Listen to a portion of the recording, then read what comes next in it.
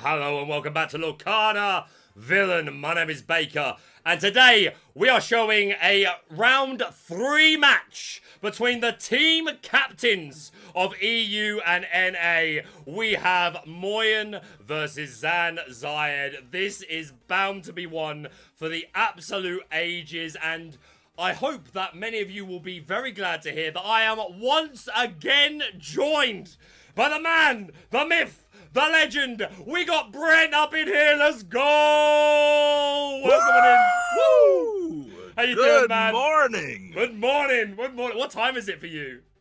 For me, it's 9:32 a.m. Wow, that is commitment. So shout out to you and to anyone else in the chat who may be here first thing in the morning. Oh, I don't know if you know the Pokemon channel, Ross's channel, Wassy Plays, but he has his intro I've always wanted to do. Good morning, everybody, or depending on when you're watching this, good afternoon, good evening, or good night. He's going to copyright me for that now. Shout out to Wassy. But yeah, shout out to everyone in chat, and of course to you, Brent. It's great to be joined by you again. How you doing, man? And are you looking forward to this match? Great to be here. Had a wonderful Thanksgiving. Shout out to all of you NAs celebrating. I am so excited to be here. I mean, the two team captains battling it out, duking it out on the grandest of stages. Yeah, what's not to be excited for? Yeah, the team captains and, yeah, two of the most respected and recognised players in Lorcana. We're going to very shortly get straight into the deck lists, but just a couple of quick disclaimers. First of all, if I have done my job right this time, then there should be a 10-minute delay this time. Last time, completely unintentional. I thought I said it. I'm an idiot. I didn't click the right button, apparently, but if I've done my job right, there should be a 10-minute delay this time. So even though the match is scheduled to start at 6 p.m. UK time, translate to your time zone of choice, it will actually start at 10 past because of the 10-minute delay that we've got on. So that's point number 1. Point number 2, there's been a couple of people asking why there's not a Twitch stream for this. I just want to address this really quickly and just nip it in the bud. Pavel recently, to all the casters and to all the people involved in the production of this, recently added a rule that if you wanted to host a game, you had to have a Twitch. I did not ask for preferential treatment. I messaged Pavel straight away and said, hey dude, just so you know, I don't have a Twitch. I don't have any interest in getting a Twitch. And even if I did, I don't have the time between now and when you want me to host this game to do so. So by all means, leave me off the hosting for the rest of the event. That's absolutely understandable. I'm happy just to jump in with whoever, whenever. And Pavel got back to me and he was like, right, do this one just on YouTube. So I'm just saying that's why there's not a Twitch. I don't have a Twitch. I don't really want to get a Twitch, and even if I did, there wouldn't have been time for this anyway. But just wanted to set that in stone straight away. If it makes things easier going forward, I'm quite happy to not host anymore and just jump on and commentary. But it's my pleasure to, of course, host this particular match, Zan versus Moyen. Any other tech stuff I feel they need to... microphone. Last time there were mic issues. I'd love to sit here and say that I have spent tons of time trying to perfect them. That would be a lie. I haven't had the time. I've adjusted a few things. I've tried to use my common sense. Hopefully the mic is an improvement. Again, there's a delay, so hopefully in about 10 minutes I will see people giving feedback, and I will hopefully be able to adjust on the fly in time before the match actually starts. But still continue to bear with me, but hopefully it's an improvement. Also, there is some very faint music going on in the background. It may be too faint that you can't hear it at all. If it's too loud or too distracting, let me know and I'll turn it off before the match starts. I'm just trying to add some ambience. But I think that's it. Do you have any technical stuff to say, Brett? I got zero technical stuff to say, unless we're talking about the technical decks that we're going to be looking at today. That is absolutely the plan. So, Brent, who do you want to start with? Tell you, to make your choice, brother. Shall we look at Moyen or Zan first? Let's take a look at Moyen. His is one of the decks that I think is now emerging and now has the ability to become one of the S-tier decks. I mean, Speci himself says that this is the best deck in the format of set 6. But let's take a look at Moyen and his accomplishments first. Top 16 DLC Bologna, got that Nationals invite, 33rd DLC Birmingham, and then came all the way over to DLC Seattle to get on the bubble in 65th. My heart, Moyen, you made all of that travel. I'm so sorry, but a multiple top the pack winner. I mean, what more is there to say? Moyen's a beast. His podcast, Podcana, I listen to weekly. Same. Where some of the greatest minds in Lorcana are chopping it up. Yeah, for sure. Yeah, big fan. Yeah, I love Lorcana too. Definitely some of the pillars of the content creator space in Lorcana. Their latest episode had Artabax on as a guest, which was particularly fascinating. So yeah, highly recommend you check that out. And yeah, as Brent just listed, what a set of accomplishments. If you're newer to the Lorcana and you're thinking, what's the pack? The pack were online tournaments that were ran on Pixelborn in its prior states before it was webcam only, and they were huge. Like you would get 200, 300, 400 players easily, and they were big events in the Lorcana scene. So topping or topping, or if you went as far as to win, was a pretty recognized great accomplishment. And yeah, let's take a look at that Amethyst Steel deck list that you were just talking about, Brent. By all means, start the breakdown for me. I want to be an audience member today. I want Brent. I want Brent's deck breakdown. Let's hear it. This is a deck I'm less familiar with, but just taking a look at the number of 1-drops, we're looking at 16. So this is a deck that's looking to go underneath, so to speak. It's an aggro deck, but with removal tools. I mean, we do have the Fire the Cannons for those annoying Diablos, which are going to be definitely a thing Zan is thinking about in this matchup. We also got the Madam Mim Foxes with the Rush, with the 4 strength, always a beast. The One of Pete, this is a new thing for me that a lot of people are doing. They're only putting the One of Pete. We saw this with Frank's deck. Frank Castle, yeah, the One of Pete. However, the difference, I guess, would be that with the Madam M Fox, it's almost like you have 5 Petes if you play it correctly. So definitely an interesting list. We're seeing a lot of new cards from set 6 Azurite Sea. We're seeing the 1-cost Diablo that draws a card when he is banished. We're seeing the Calhoun, almost forgot her name. Calhoun, the 3/2 with resist 1, that whenever she banishes a character, gains 2 lore. And the Gontu, which has been a menace, an absolute menace. I don't know how much you've played online or in playtesting, but that Gontu is proving to be a sticky boy who gets on the board and just doesn't want to go anyplace. Usually gets the 4 lore unless you have exactly the removal tools necessary to remove him. And then, of course, everyone's favorite new card, the Genie, 2/4 evasive Genie, quest for 2. This Genie, man. I know I just called Gontu a menace, but man. I would run 8 Genie if I could, Brent. I'm being honest. Yeah. Oh, yeah. Why do you think I'm wearing this today, baby? Hey, love we gotta represent the Genie love. Is that an all-time of the year jumper, or is that a Christmas jumper? Is that some snow at the top there? It's a Christmas yeah, jumper. It's like a holiday. Yeah. Absolutely adore that. The Disney ugly sweater variety. You know what I'm saying? But the big old Genie there represent it's a deck that's looking to gain lore wherever possible with the White Rose, with the goats. Just a tricky and hard deck to contend with. I'm wondering how it's going to go into Zan's, I guess I'll call it Zan's signature deck.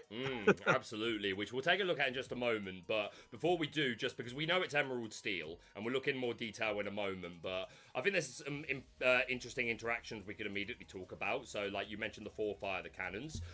So against Emerald Steel, when it's Diablo, I think the first overarching question of that match is going to be, does Zan have turn 2 shift Diablo move to Cove? Because that is one of the scariest openings for these Emerald Steel Diablo decks. So I think that's the first, like, if we think of this match as a story, as a show, as a piece of theatre, then I think this is our prologue, very much so. I think it's, are we getting that sort of dream opening right off the bat? And if that is the case, if Zan is on the play and opens up turn 1 Diablo, then Moyen's first decision point, if opening with Fire the Cannons, is do we just Cannons the 1-drop bird? Which obviously you would love to be playing Cannons on the shift Diablo after they've shifted, discarded a card. But if it's a Cove, suddenly that could be your chance gone. Don't get me wrong, there's other things we could potentially do. Double Cannons or double Buffado, even though that doesn't sound great, but if we really need to. And of course, as we get further into the game, we have Genies and Elses that can help with evasive. But if we're just talking about right at the beginning of the game, then if Moyen doesn't take that turn 1 shoot the bird, if those cards are available, then that could be something that backfires. But at the same time, could choose to be patient, see if the shift comes through, because Zan may choose to not shift if he doesn't have the Cove, knowing that cannons is quite a simple answer, which really leaves Zan in a card deficit compared to what Moyen's done when he's just gone -2 on shifting Diablo. So I think that's going to be the first interesting point. Do we see the 1-drop Diablo removed on site, courtesy of cannons or befuddled, just to slow them down a little bit? Because like I say, when we get to further into the game, we can more considerably challenge these evasives, or even just as simple as remove the Cove before we shoot.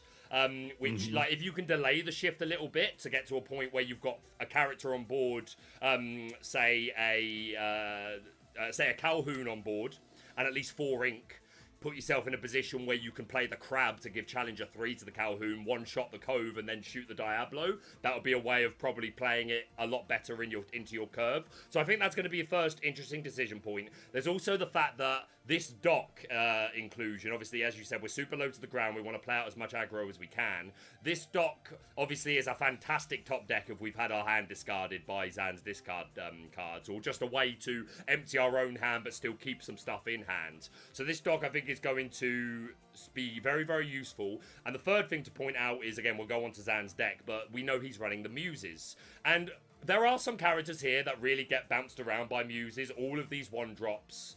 But if you look at the bulk of the deck, and the Elsa, and the Genie, of course, but I would say that bouncing the Genie and the Elsa isn't always great. Sometimes you need to, just to deny lore or to deny a bit of tempo, but then you're giving them these come-into-play abilities again. Like, bouncing an Elsa sounds awful a lot of the time. Won't always be, but a lot of these characters are out of that range for the Muses, having, like, 3 strength. If you look at Calhoun, Smee, Fox, Crab, Pete, and the White Rose, and of course that big bad Gantu that we were talking about. But I want to look at Zan's deck in a bit more detail, but before we do so, Brent, as you well know, we have to take a moment to pay some respects to the ancient scriptures, because I've checked my sources, I've done my research, and it's no surprise to anyone that Yan Moyen 2 was spoken of in the ancient scriptures. And there were some wonderful ancient carvings that have been found, and I have translated them, and I am ready to prepare this incredible piece of art that was carved by the ancient Lorcana ancestors, so that in the future we would know of their greatness to come. And here we see, absolutely, here we see the great Moyen, and in the background there, because he is running the Specie special, we do have the Specie. I say front and centre, the cause of the crime, shall we say. And so it was written about Moyen. First of all, quotation mark Specie. I want 16 1-drops and 4 times Gantu. And Moyen replies, 16 1-drops and what? And that's where it cuts off.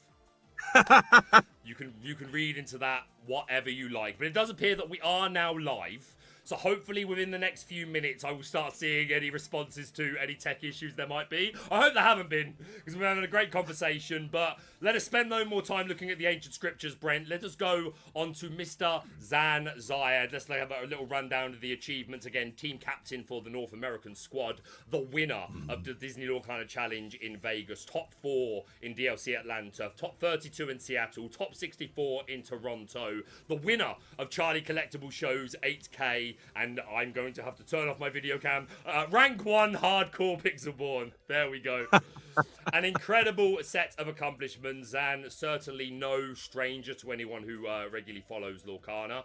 And here be the deck list. And yeah, I'll do a quick breakdown and then get your thoughts on it, Brent. So yeah, it's very much become the signature deck of Zan Syed, finding success with it in Vegas and like playing it pretty consistently since, from what I can tell. And he brought it along to the 8v8. Only 1 card from set 6, that 4-cost Inkable Pluto, who's a 1/5 quest for 1 bodyguard, and while he has no damage, He has 5 strength. 4 cost 5 bodyguard is bonkers, Brent. Absolutely bonkers. Just 1 copy here. And the rest of the deck, looking very, very similar to its previous shell, has adopted that 1 copy of Doc, which is kind of the Wonderland special, the Wizard special, who I know was a big part of popularizing this Doc card. And I know Brennan DeCandio is also utilizing that Doc in their Steel Amber deck. So finding a lot of success in the Lorcana meta. But yeah, that's another way for us to draw. And then we're just seeing all the discard stuff. We've got the Prince Johns. We've got Ursula Deceiver of All, who can double sing songs like Storm and Strength. Worth noting, if this Ursula can get a double ping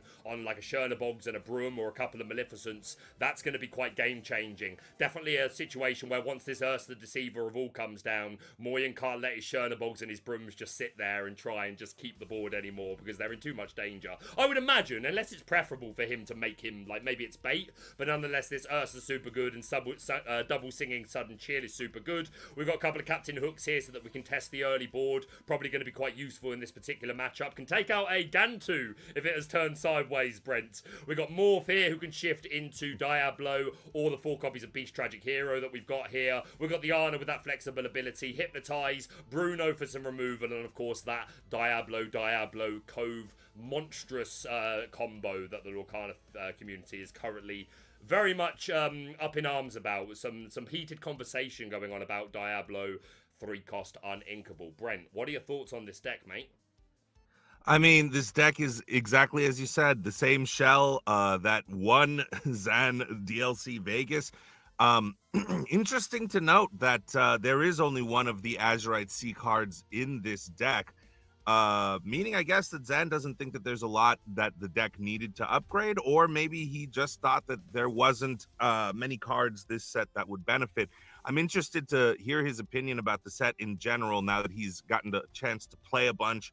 I think we all were there for that Artifacts moment where he clutched it out with the Go-Go. I'm wondering what his new thoughts are on the Go-Go. I was listening to his podcast a couple weeks ago where he was saying it's hard to get full value out of the Go-Go. Wonder if the opinions changed at all on it. But yeah, I mean, you this is a deck where you get the perfect hand. We're talking about Diablo 1 cost, Diablo 3 cost.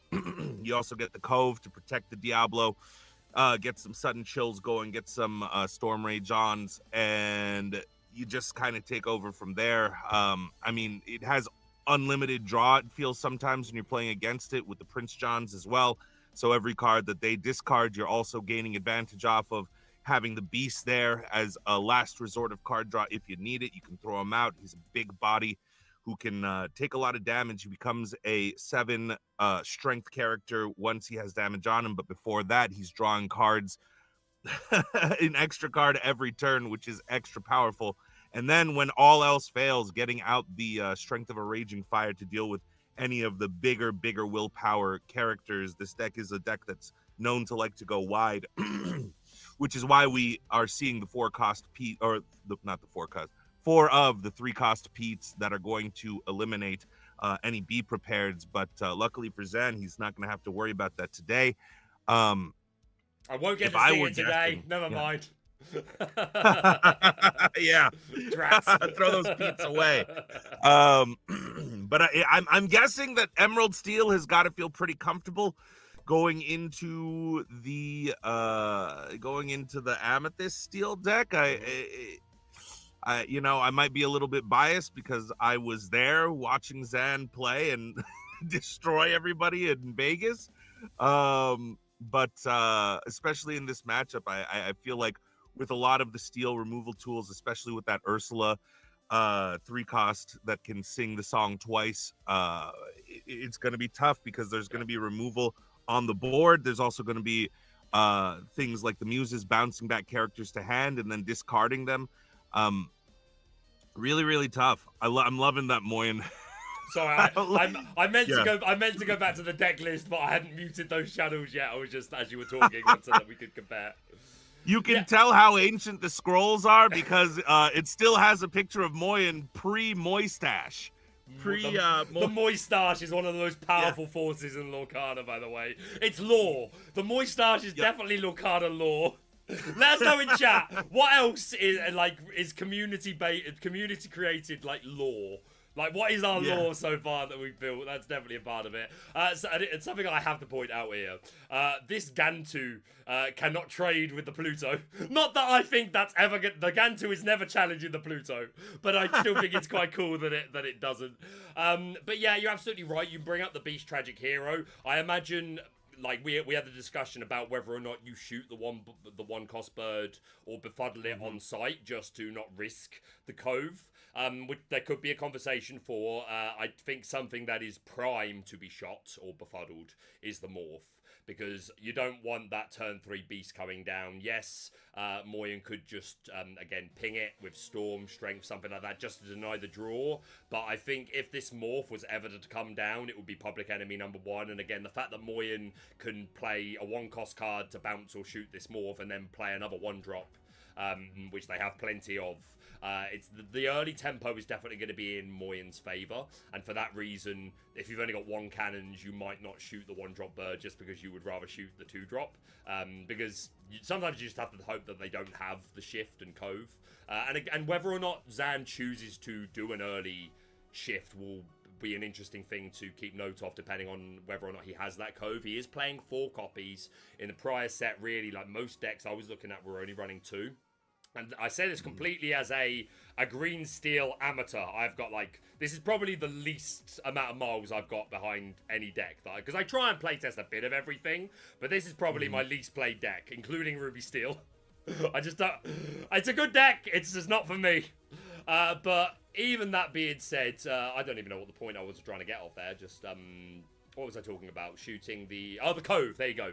Yeah, right. Even as an amateur, looking at these deck lists, I was always a bit like, surely this cove is such a high roll. I know it's like a bad top deck later on in the game, but surely just that high roll of shift 2 Diablo move to cove is just so dominant. I feel like I would just want to increase those odds a bit. So I always thought 3 was the magic number, maybe. Again, said with little to no experience with this deck, just a layman's opinion. But we do see Zan has gone up to those full 4 copies. Doesn't mean it's right. Should be some.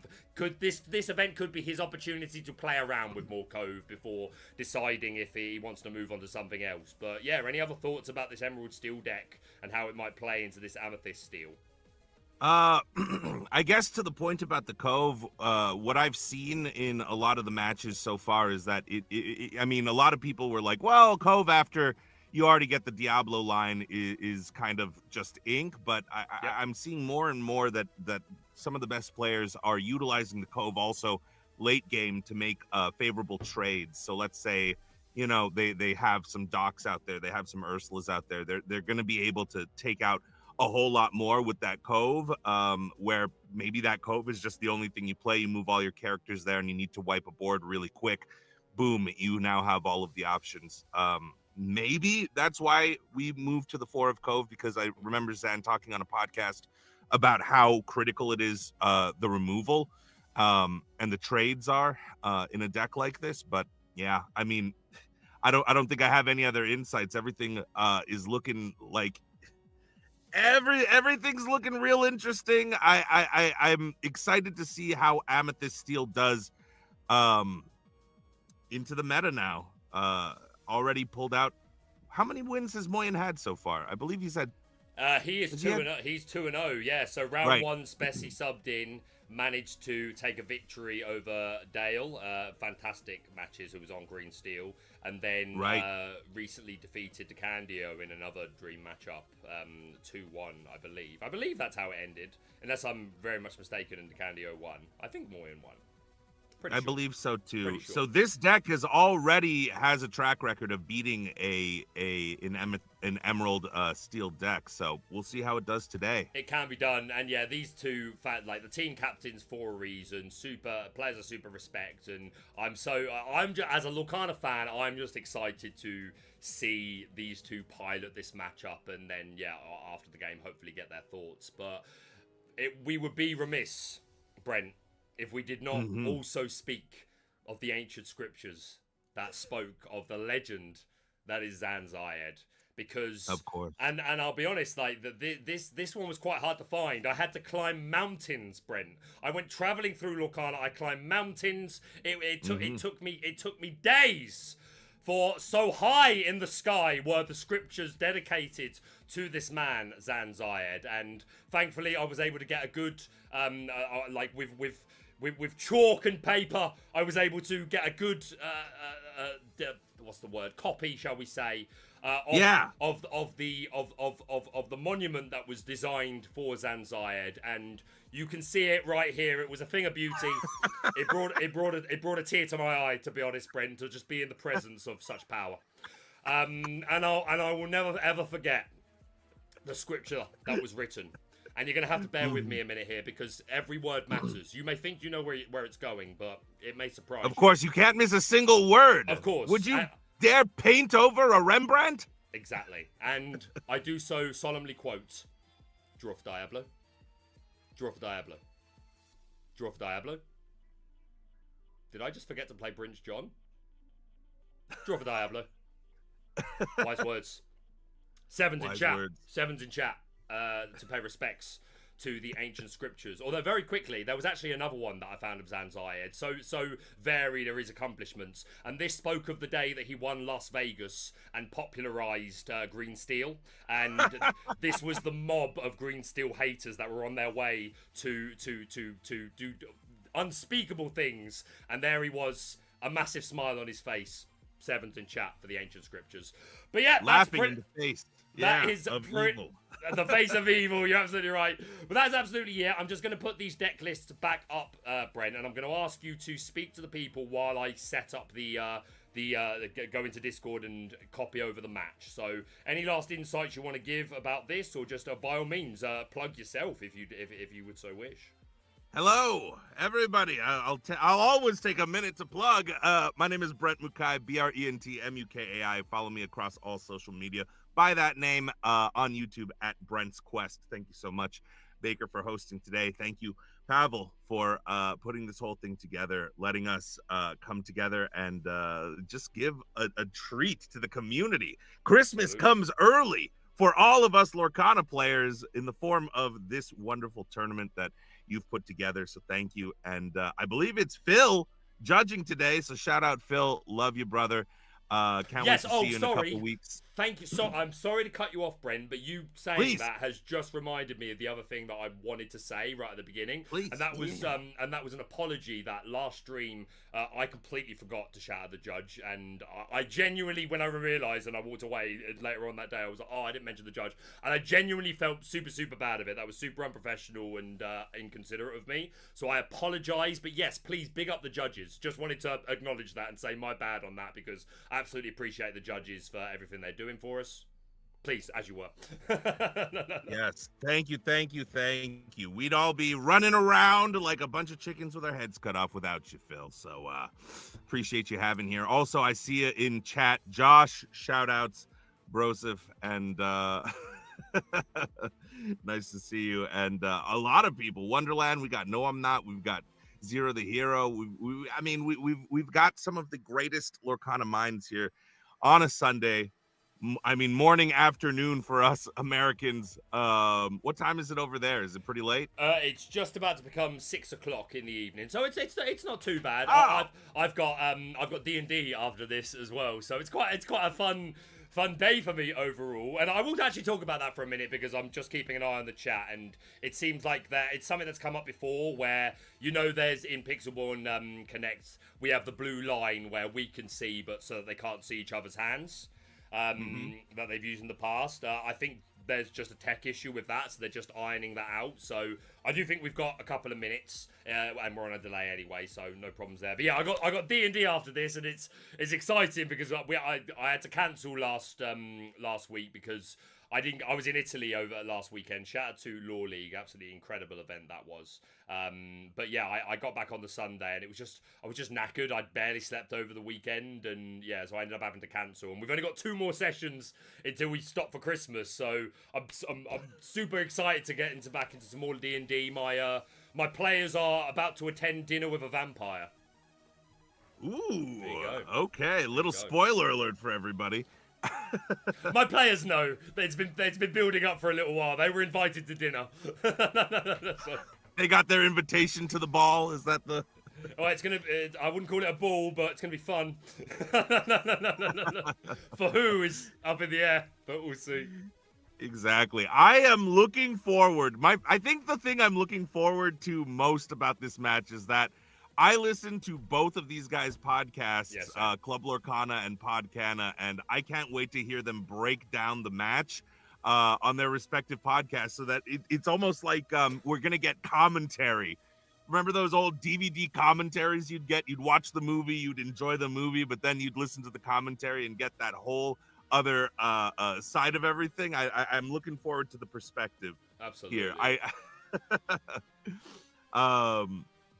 It looks like they're still rebooting, doing all of the fun stuff. I think they're close. I think they're close, but by all means keep talking away. Although shout out to Dick Burns, thanks for the $1.99 super chat. Thankfully, Brent is here to pick up Villain's slack. That's to be honest, I think that's a pretty base comment. I'm glad Brent is here to make me look good. If I was working with someone like you, Dick, imagine how hard I would have to work to make that an interesting stream. Goodness me, like your boy would be sweating.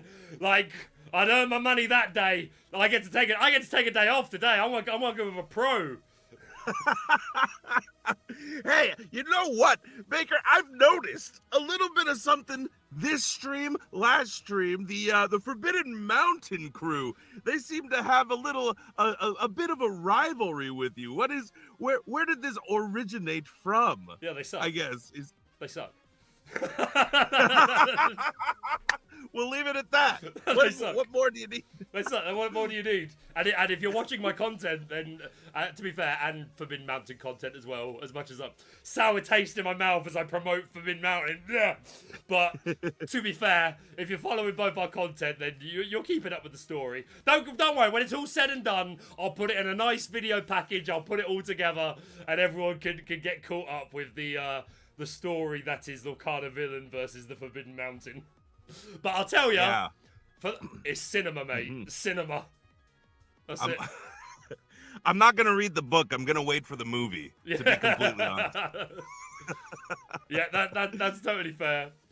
Right? Yeah, they're still jumping in and out on stream to try and get it to work. So yeah, again, we're on a 10-minute delay, guys. So it will be at least 10 past before you start seeing the match. But it's all for us. It's currently 3 minutes past 6 UK time. And they've still not started yet. They're just sorting out some tech issues, but we'll get there as soon as we can, and it will absolutely be worth the wait. A shout out to everyone who is in chat. I know it's not live, but let's have a little quick little look through the chat and see if we can shout out some names that be up in here. We've got Kevin, we've got Master Chip, Pierre, Kit Magnification, you'll have to see it, Tall Josh, Bada Bada Boom. I think that's Bamba da Boom. We got Bamba da Boom. There you go. That's a mouthful. We got John W. Part-Time Comics. We got Blaine, TJ Parker, Cocoa Puffs, Minor. We got actual No I'm Not. We got Kendall up in here. We got your sensei up in here, Brent. Mm-hmm. The master himself. The master himself. We got the Wizard Wonderland. We got Minor, Zero to Hero. We got Jeremy. We got Ryan. Welcome on in, one and all. 200 people up in here.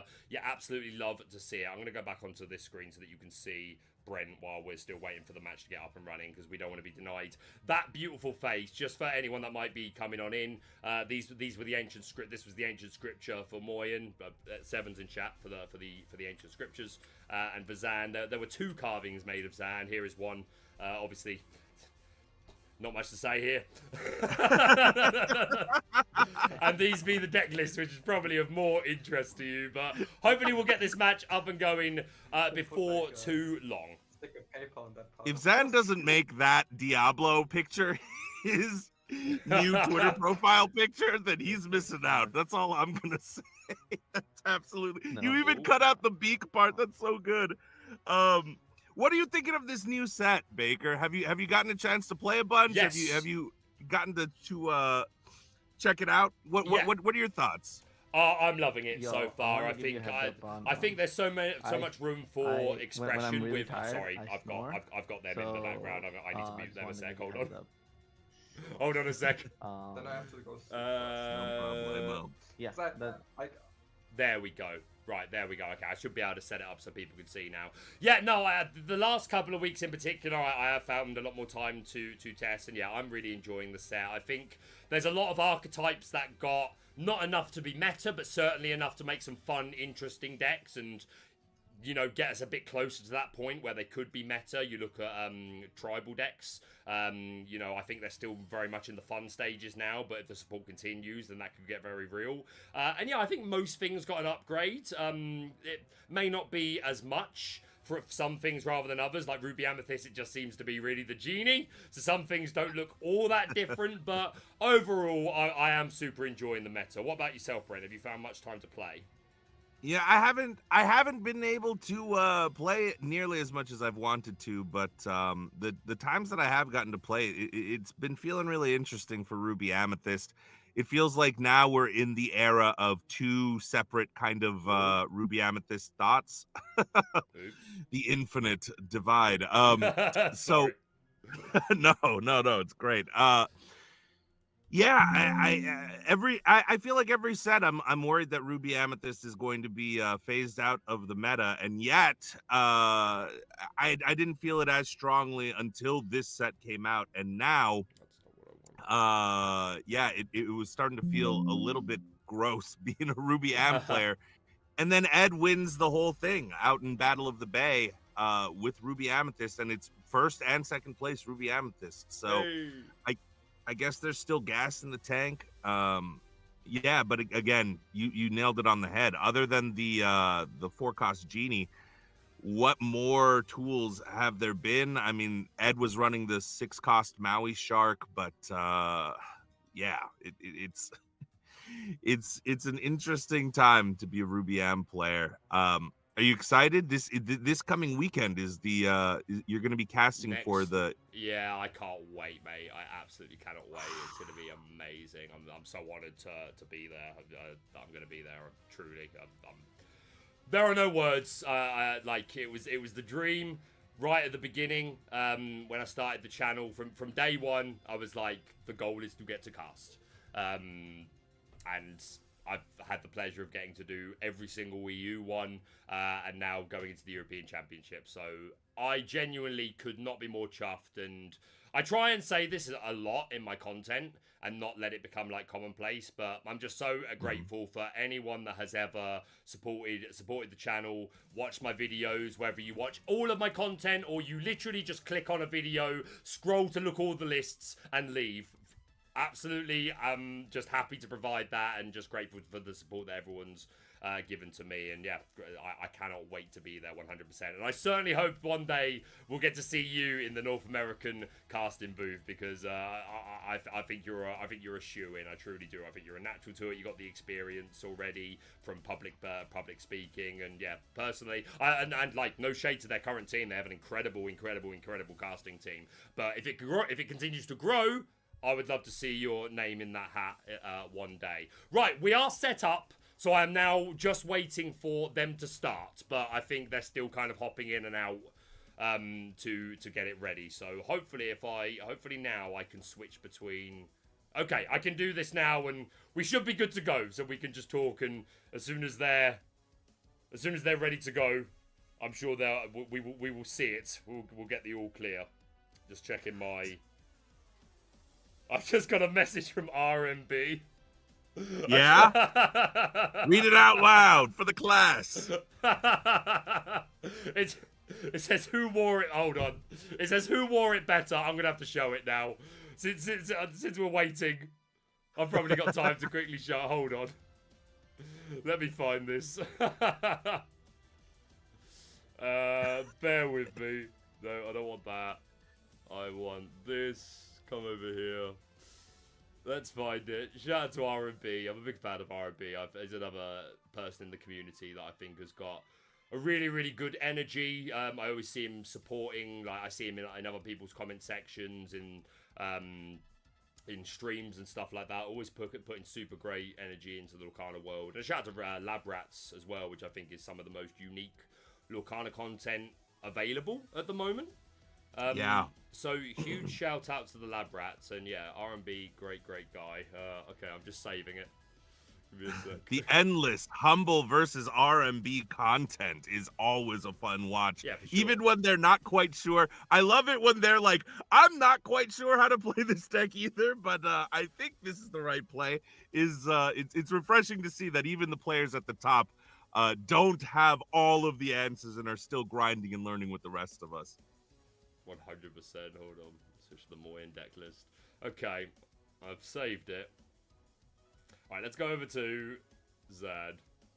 Okay, so this was one of the ancient scriptures that I found of Zan Syed, but I have my sources have reached out and alerted me to similar scriptures. Where is it? Wow, a third scripture.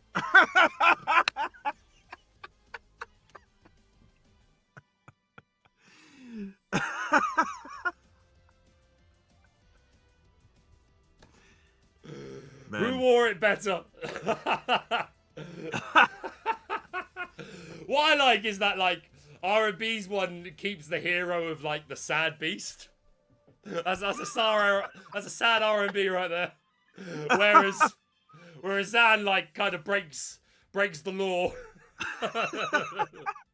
Yeah, Zan doesn't look like a tragic hero there. He looks like a celebratory hero in that picture. So I think R&B nailed the theme a little better, but I will say I don't know how much I trust anybody that's completely bald except for one ponytail coming out.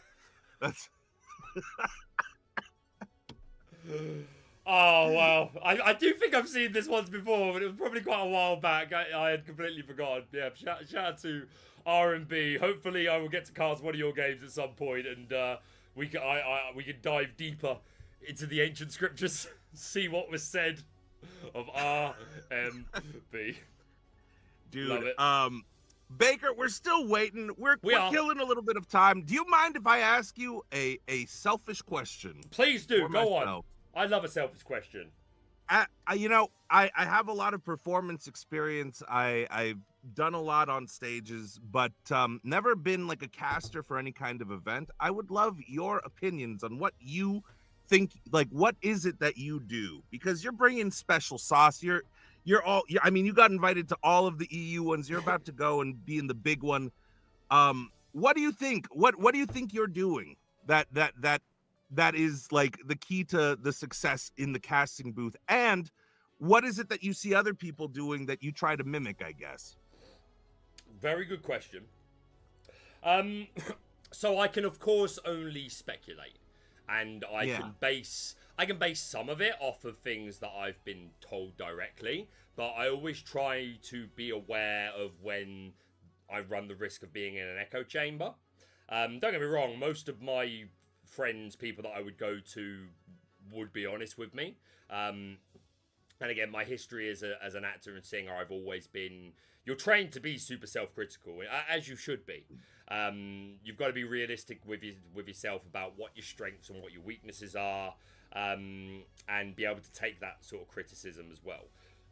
So yeah, with all that in mind, that I can only speculate myself and go off things that people have told me, but again, that doesn't necessarily represent everybody. But I think the history and performance is a big... The simple, most important one, above all beyond, is you do have to have a knowledge of the game, but I don't think that's all I don't think my knowledge of the game alone would have necessarily been enough to get me in the casting seat. It's definitely an important thing, so I do want to say that first, because that's what we're here to do at the end of the day, talk about Lorcana. But yeah, I think the history as a performer certainly helps. While I've never casted for any TCG before, I just have a wealth of experience public speaking in general. Now, admittedly, most of that experience is playing a character, and you're not necessarily interacting with an audience in the way that you do kind of when you're streaming. Like, I know you're not interacting in the same way. Like, when we're sitting at a DLC booth, we can't see the chat, so it's not like we're responding to chat, but we're putting on live performance and we're talking to chat, whereas theatre is... this is the fourth wall. Do you know what I mean? You are an audience, but we're not directly acknowledging you. We're telling a story here. So that is most of my experience, but I have done a lot of when I was just singing as opposed to acting, sometimes I used to go to hotels, bars, estates, functions, and things like that, and you would just be advertised for like a 2-hour singing set.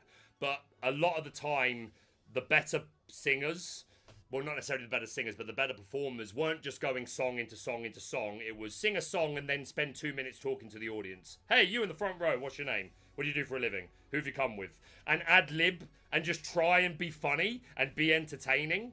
So that was always something that I did a lot. So that obviously helps you with knowing how to ad-lib a lot. Much like yourself, you spoke about this on our previous stream, that you did a lot of ad-lib classes and improvisation. I did as well, even though I was studying musical theatre. Improv was some of my favourite things. I remember studying commedia dell'arte, which I imagine you've heard of commedia dell'arte before. I was fascinated, which is basically slapstick comedy. It's kind of the equivalent. You think like Laurel and Hardy sort of stuff like that, and like circus, clowning, things like that. And I was besotted with that. Physical theatre and like voice acting was always an area I was super interested in.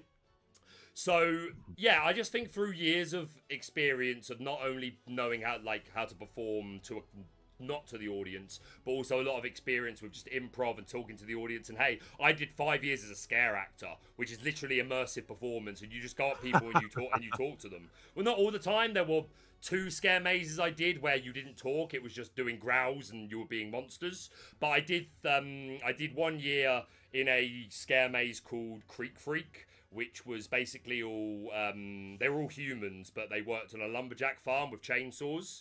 But they were they were also murderous. But that involved we were humans, so we would talk. And I invented the greatest character that I've probably ever created, Lucas Buckwheat, who I would just improv conversations with people all day, from 10 until 6 p.m. for like a month, with like maybe a day off a week. New person coming through every other second, start a conversation with you, start a conversation with you, start a conversation with you. So I've just got very good at improvising and like trying to keep the energy upbeat and hopefully be interesting, fill dead space. And these things really help when you're casting, with just like knowing how to keep the energy up. So I think that's a big part of it, just being comfortable as a performer. And then after that, I think the fact that I'm such a Disney geek, and I know Disney so well, is obviously a huge plus, because I get to reference, like, there are a lot of people who love Lorcana who aren't the pros. They aren't the best players in the world. They consider themselves just like a casual player, but they're super interested in it and they love Disney. And I'll be honest with you, like, some people might not agree with this, but the people who are here because they like Disney far outweigh the people who are here because they like TCGs. Maybe not this stream, but the overall community, you are hugely outnumbered by Disney fans as opposed to TCG fans. So that is absolutely a factor that I know was very important for them. So yeah, those are some things that I think have absolutely contributed. I'm just gonna stop talking for a minute because they've swapped from Pixelborn Connect to a different view, so I'm gonna have to spend a minute sorting out the technical side. So but yeah, off the back of that, is there anything there that surprises you, or anything that you think from your experience would be helpful to you in a casting seat? Same question applied to yourself, but obviously I know you haven't done DLCs, but where you'd like to see yourself going, if that makes sense. I guess I asked the question just because I want to be the best that I can be. I know that there are many people who are interested in the spot as well, and wanted to hear your perspective, because I figured that there were probably many things that you, as someone who has sat in that seat, could probably provide insight into. But it sounds like, if I'm in summation to everything you just said, that it's just the years of experience you have as a performer mixed in with the flair that you put on and the knowledge that you have in Lorcana, that you marry the two together. And it can be something as simple as that. I have a tendency to overthink things regardless of my improv background, and I was like, there must be something special. Obviously there's a special sauce that makes Lorcana Villain, that makes Spessy, that makes Brendan, that makes all of the people who are there, Rebecca Quest's, much better at this than me, that I need to learn. But it sounds like luck, mate. Yeah. The answer is again, I could have prolonged that answer, but we're already overrunning and I want to get into the game. There is a lot more I could say. To sum up, luck is a huge part of it. Like the fact that my channel was in super early, and again, I want to stop waffling because I want to get into the game, but yeah, I will talk more about it soon into the future. And to be fair, I talk about it a little bit in one of my videos called Lorcana Villain Lore Dump, which you can find on my channel. But I'll talk about it at another point in the future because I absolutely want to like give my insights the best I can, but I don't want to bore too many people with me right now when we've got Lorcana Source to come that we've all been looking forward to and we're already overrunning. But I by no means want you to think that I am disrespecting or ditching your question. I'm always more than happy to talk about my thoughts on it, and you know, the bits that I think are luck and the bits that I think are what I've done right, if that makes sense. Yep. Makes sense to me. Okay. Let's see. Okay, I'm trying to angle this the best I can. Sorry guys, bear with. Adjusting on the fly to a different view. Obviously nobody's fault, just sometimes these tech issues do occur. Okay. So that should, while it's not the prettiest thing in the world, it should be a good enough view of everything that we need to see. I don't know if they're going to put a phone up to or something for lore, so we might need to make a note of that. I'll grab a pen and pad, but if you want, I don't know if you've got one handy yourself, Brent, just in case we need to do it ourselves for the sake of the chat, because I want to give them the all clear to start as soon as possible. Yep, and if you're ready for that, then we can give the all clear. But yeah, I'm giving it right now. Perfect. There we go. Again, shout out to the chat. We are 10 minutes delayed, and I haven't looked at the chat for a little while I was setting all of that up.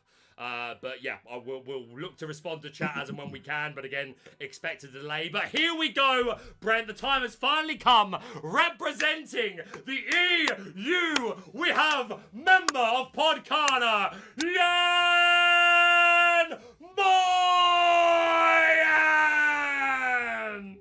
And in the other corner, representing NA for all of the marbles, team captain, winner of DLC Las Vegas, Mr.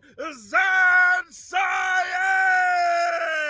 Oh, let's yeah! go! Captain versus captain, guys. I'm going to attempt to try and put the deck lists up on this screen, just small in the corner, for sake of those that may be joining late, that want to see what be cooking here.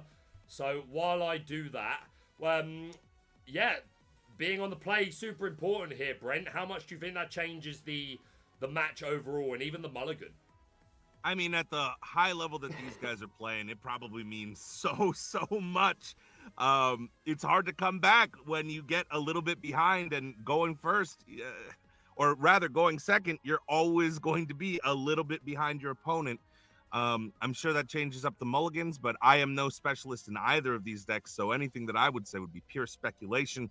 I'm assuming that you want the birds no matter what you're doing. If you're Zan, on Moyen's side, I'm wondering if you go first or second. Do we know who's going first? Not yet. I missed. It may have been visual, but I missed their role. But I expect we'll find out very shortly. There we go. 2 deck lists on screen.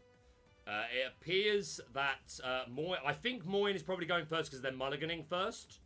So that would speak to me that they are going first, unless Zan's already mulliganed and we missed it. No, we're seeing the mulligan now. No. So I believe Moyen threw back 3 or 4 cards, one or the other. So probably keeping a couple of those 1-drops, prioritizing things like Fire the Cannons and Befuddle to have that early removal for the burb if necessary.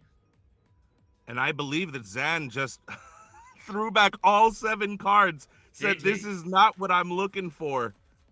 Was that a throwback 7, was it? Back gold.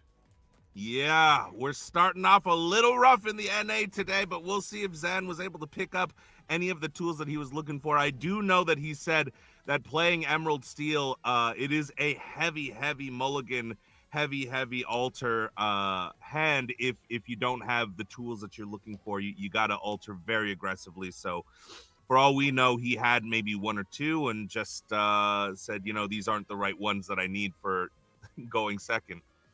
The chat's finally catching up with when I We're talking about Dick Burns.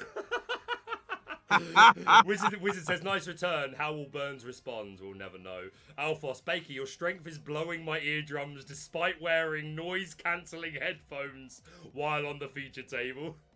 I have been told that even at the feature table DLCs, they can hear me when I get really, really loud.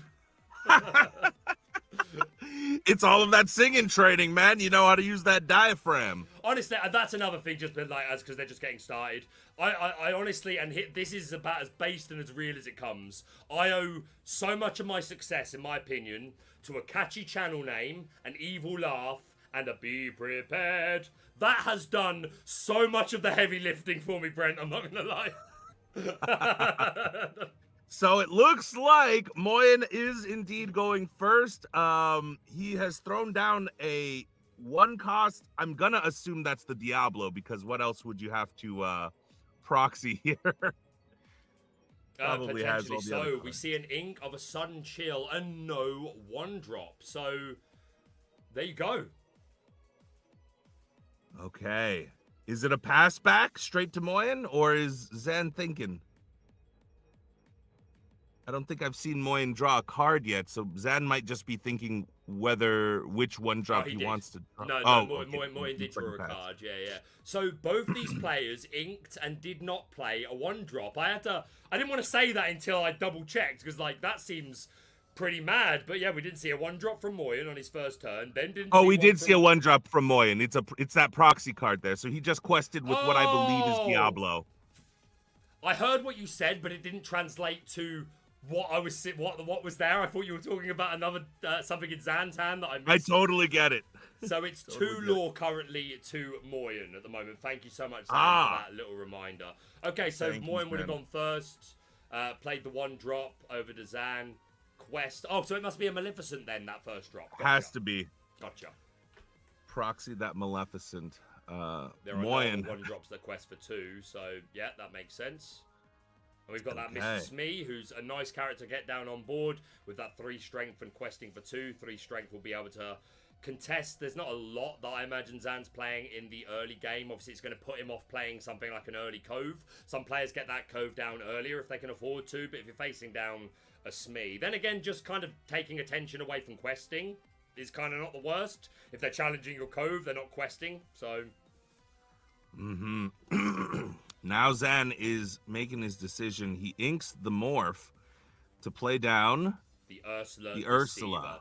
So did Moyen do his mulligan to respect songs? We see a castle, we see a fire the cannons, and 2 proxies here. They both look like they've got different names to the Maleficent, but I can't work them out. Can you? I cannot see what those are. Looks like he explained it to Zan though, so Zan knows what's going on. We'll know it in a minute here. But the Ursula does come down. Now back to Moyen. This is not the start that Zan wants to have here. Missing the 1-drop, kind of critical, especially I assume going second. And only getting out the Ursula, probably not your favorite card. Wondering why he elected to go with Ursula rather than the Morph. Maybe makes me think that there is not a beast in hand. I would imagine it's the fear of cannons. Obviously, this Ursula Deceiver is never hitting because there are no songs, but at least you're developing a body that not only can survive a cannons with that 3 willpower, but it can just sit there and quest, like get out that early lore. That's not irrelevant by any means. Plus, if this Smee gets 2 quests, then we can make a trade just to get it off the board. So again, Ursula not going to really pick at anything in this deck, but I think it's a safer 2-drop rather than just playing a Morph, which you've got to think Zan is going to, like, if he sees the cannons coming, it's not a great play. He'd rather stick something, in my opinion. Yep, White Rose comes down, putting Moyen to 3. And you know that Ursula does keep the Maleficent in check, because you know, do you really want to quest it? It looks like Moyen's electing to, so... And the Maleficent, yeah, again, another reason that you want to develop a body that isn't just going to get cannonsed away.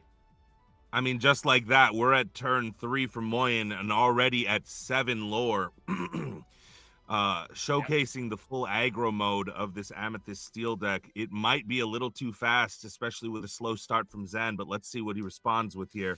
Here is that Ursula Deceiver of all, which we mentioned earlier not only can be an aggressive discard tool, if next turn we follow it with a Prince John and then we double sing Sun and Shield, that could be big. But obviously the Storm Rage on double sing is going to be pretty good. Take this Smee off the board and kind of prevents Moyen here from playing any one drops, like your Chernobyls, your Brooms and your Maleficents are not safe at this point of the game, so you probably want to stick a bit of a bigger body, maybe even play one of those castles, although we do see one hit the Inkwell. We're going to see one cannons to, is that, yeah, that's going to finish, just get confirmation of where that's going.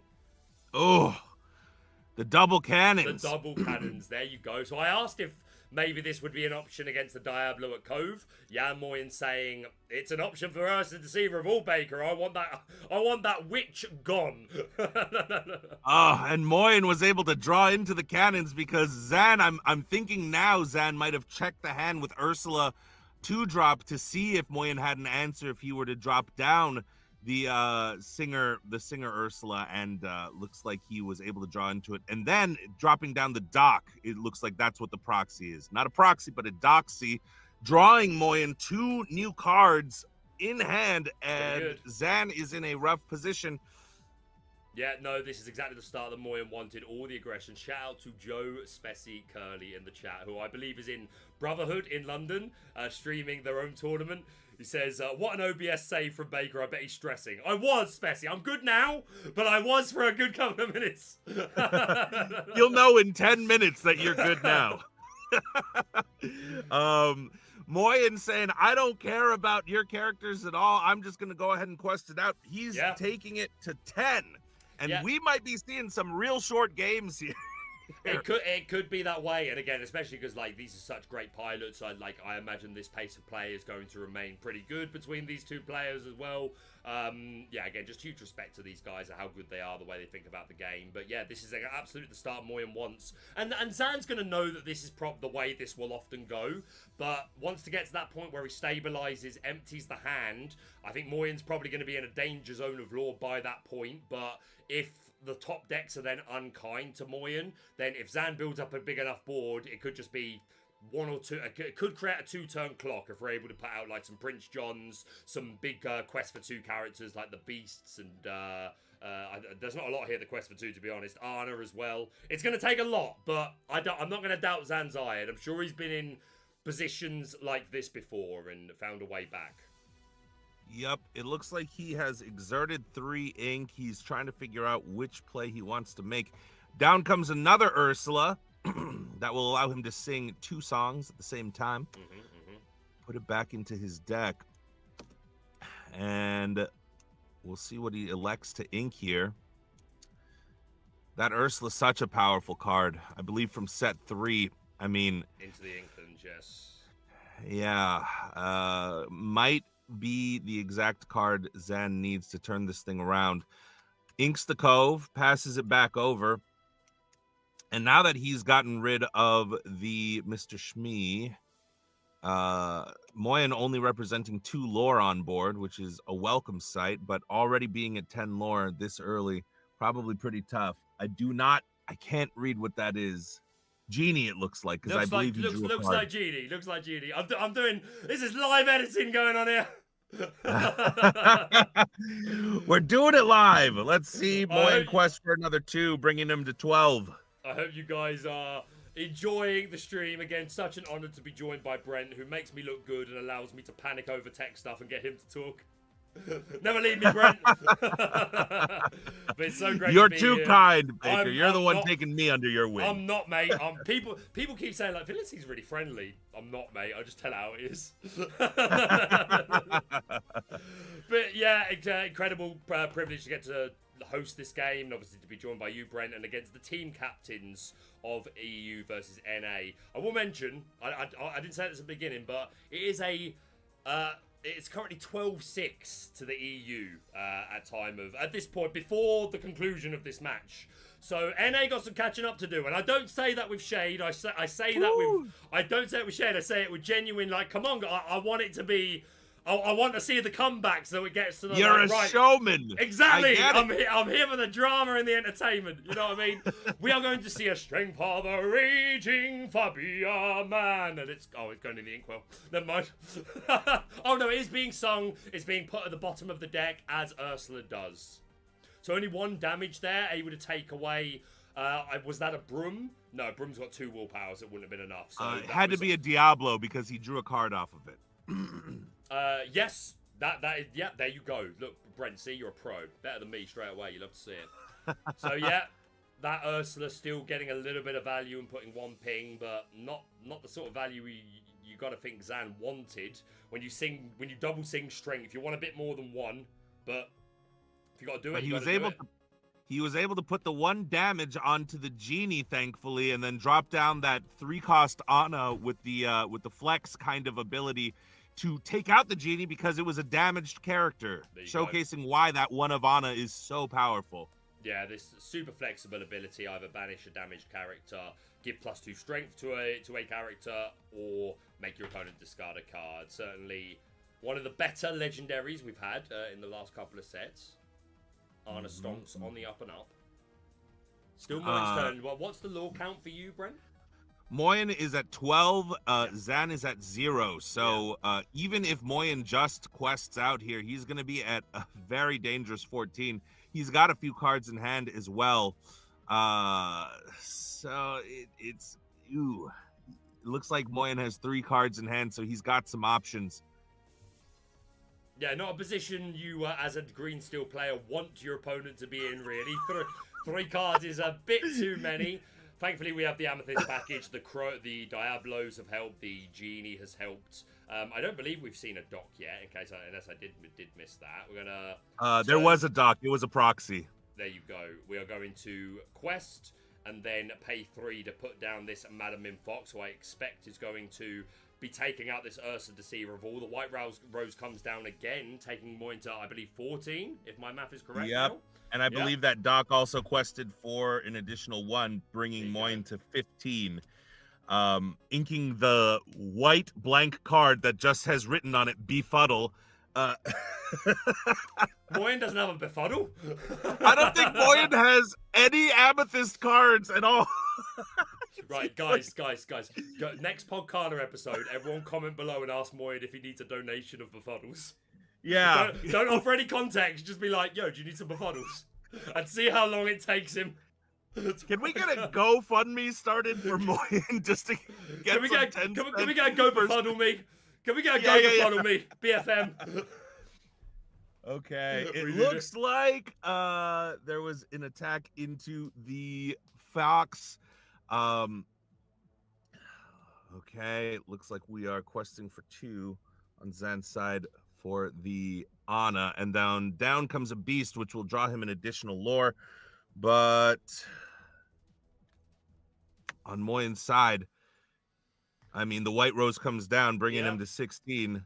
This 2 quests. Like pretty on the wall here at this point. And is this already a shuffle up? No, we are going into Zan's turn. Can he do something to slow down Moyen and stabilize this game 1? It appears not.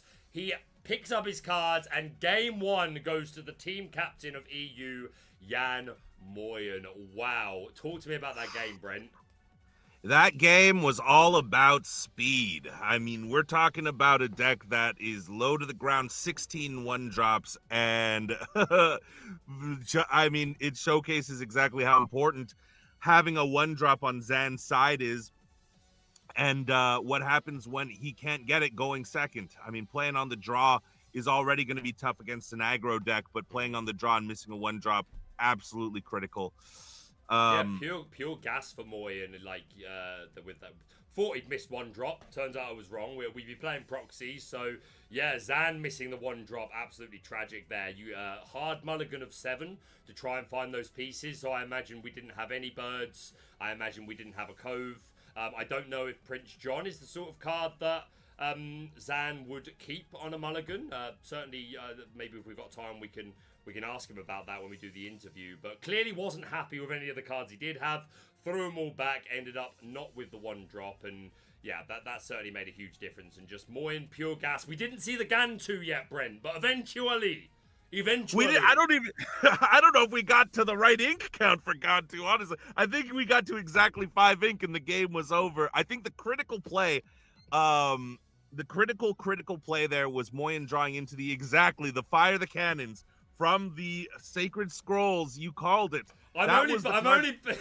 I did call it. No, not me. The ancient ancestors called it. Right. I'm just telling the story. I've only put this back up because Spessie's in chat and he's like, I'm on the train home watching, and he said, "Damn, what a deck name, the Spessie Special." So I thought Spessie might like to see the ancient scripture, and there you were, Spessie, in the background, firing Moyen out of a cannon. And so it was said, Spessie requested 16 1-drops and 4 times Gantu. And Moyen was like, what? And then you blasted him out of a cannon and it was too late, and now he's stuck running this deck. But it's turning out to be a pretty good investment so far, Brent. 1 game up against Zan Syed, one of the most respected and greatest players so far in our Lorcana community. 1 game up. I mean, again, yeah, when you're on the draw against aggro, that's not a key for success. And when you mulligan 7 and then don't play a 1-drop, not a great start from Zan. Is he going to be as aggressive in this mulligan? Are you always just that aggressive with green steel? What do you think? I think that if you have exactly what you want, you're never going to be chucking cards back. And Zan is a man who knows exactly what he wants and when he wants it. He kept 2 this turn, which is a good sign. And it looks like Moyen chucked back 6. So a little reversal of fortune here. And we'll see exactly how much it matters going first and being on the play is, and how it affects the dynamics of these 2 decks clashing together. Yeah, 100%. Sorry, I'm just trying to catch up with the chat a little bit, seeing it because someone else mentioned that my mic was low again. I'm sorry. I think I moved it away while I was doing a thing. I've moved it back. That's the one tech thing that I need to sort out, my mic. But I think you should at least be able to hear me as long as I continue to project. But we see turn 1, Zan Syed inks the Ursa Deceiver, and we do have the 1-drop Diablo, so we get a cheeky look at the hand. I don't know how much it's going to help with these proxies. We got the Gantu in hand, Brent. Oh, 7's in chat for Gantu. Okay. A Shonabog's followers, an Elsa, a goat, and then we've got a Doc. There's a Doc, a Maleficent, and I think a Genie. So I think... Yeah, that might be a Genie. Yeah, I think it's... Yeah, so Genie, Doc, Maleficent, Gantu, Goats, and the rest. Yeah. So we do have a 1-drop. We know that Maleficent is there. Didn't see a Cannons. Didn't see an answer to Diablo in that hand. Unless I missed... Was there a Cannons? Did I say there was a Cannons? I did not see one. Immediately forgot. I hope not.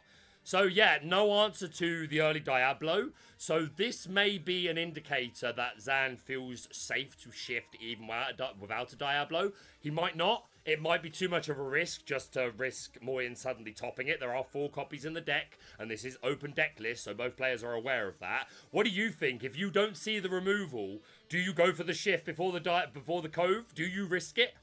Personally? Personally, I risk it because there's only 4 cannons in there. You don't want to, because if you let that Diablo just kind of sit there, then you're allowing him 2 options, either drawn to the cannons or drawn to the befuddle to kind of to disrupt your game plan. The Captain Hook comes down into the Inkwell. We'll see if the Cove package comes down. Yep, and it looks like we're going to be getting a Shift Diablo soon. Yes. Wow. And there we have the unstoppable Exodia with the Storm Rage on as well to blow the Chernobog's followers away into ice. They go, and the Diablo is now sitting quite happily on the board. As was written in the ancient scriptures, Zan is going to draw for Diablo, and it seems pretty safe unless we see, Brent, like we saw in the previous game, something like a double cannons. And Moyen is not able to find the double cannons. It looks like a Maleficent and another 1-drop. I'm going to say Diablo. Yeah, that looks probably like a Diablo to me. Makes sense. Yeah, just Maleficent and Diablo. Held on to that.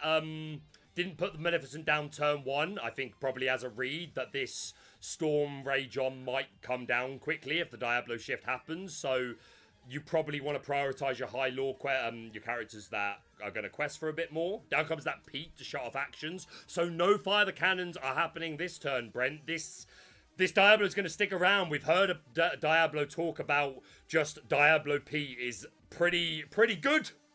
And here we see an example of it. Now there are no answers to this Diablo that Moyen can achieve this turn.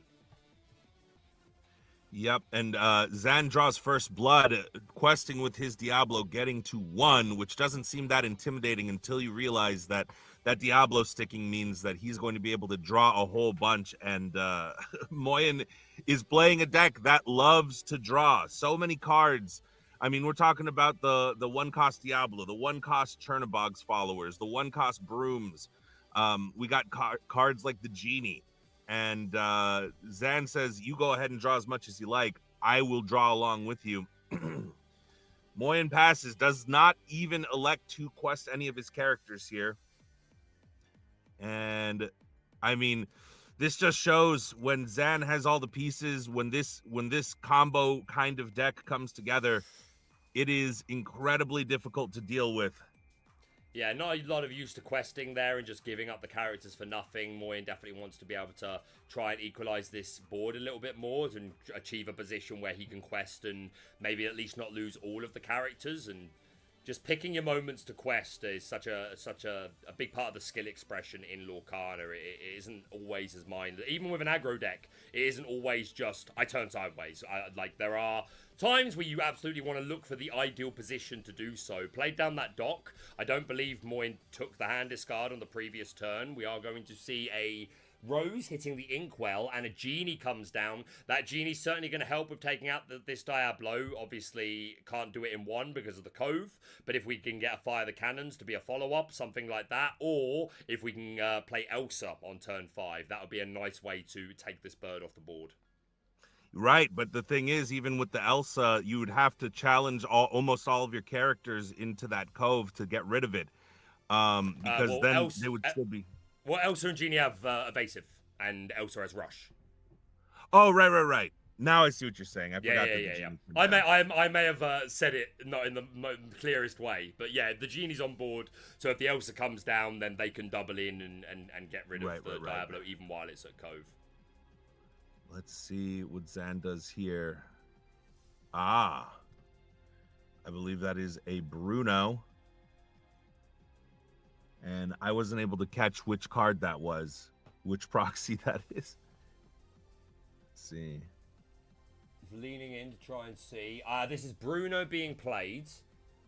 So this is going to have bounced the character back to hand, and we lose the Genie. And I do believe that was the character that was bounced as well. I see Diablo, Maleficent, and Doc on board. Yeah, so Bruno being played to return the Genie. And I believe this Muses now has an option to trigger, if it so chooses, to bounce a character. We do indeed see the Diablo. I believe that was returned back to the hand.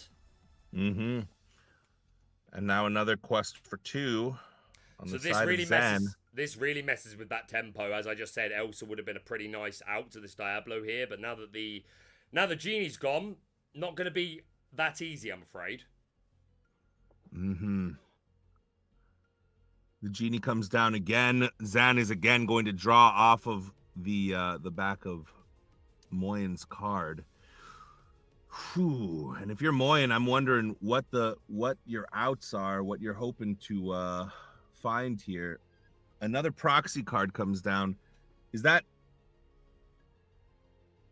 Oh, I can't make it out. Let's see if we can... I think it was the Genie again. Oh, we see a Cove going to the Inkwell for Zan.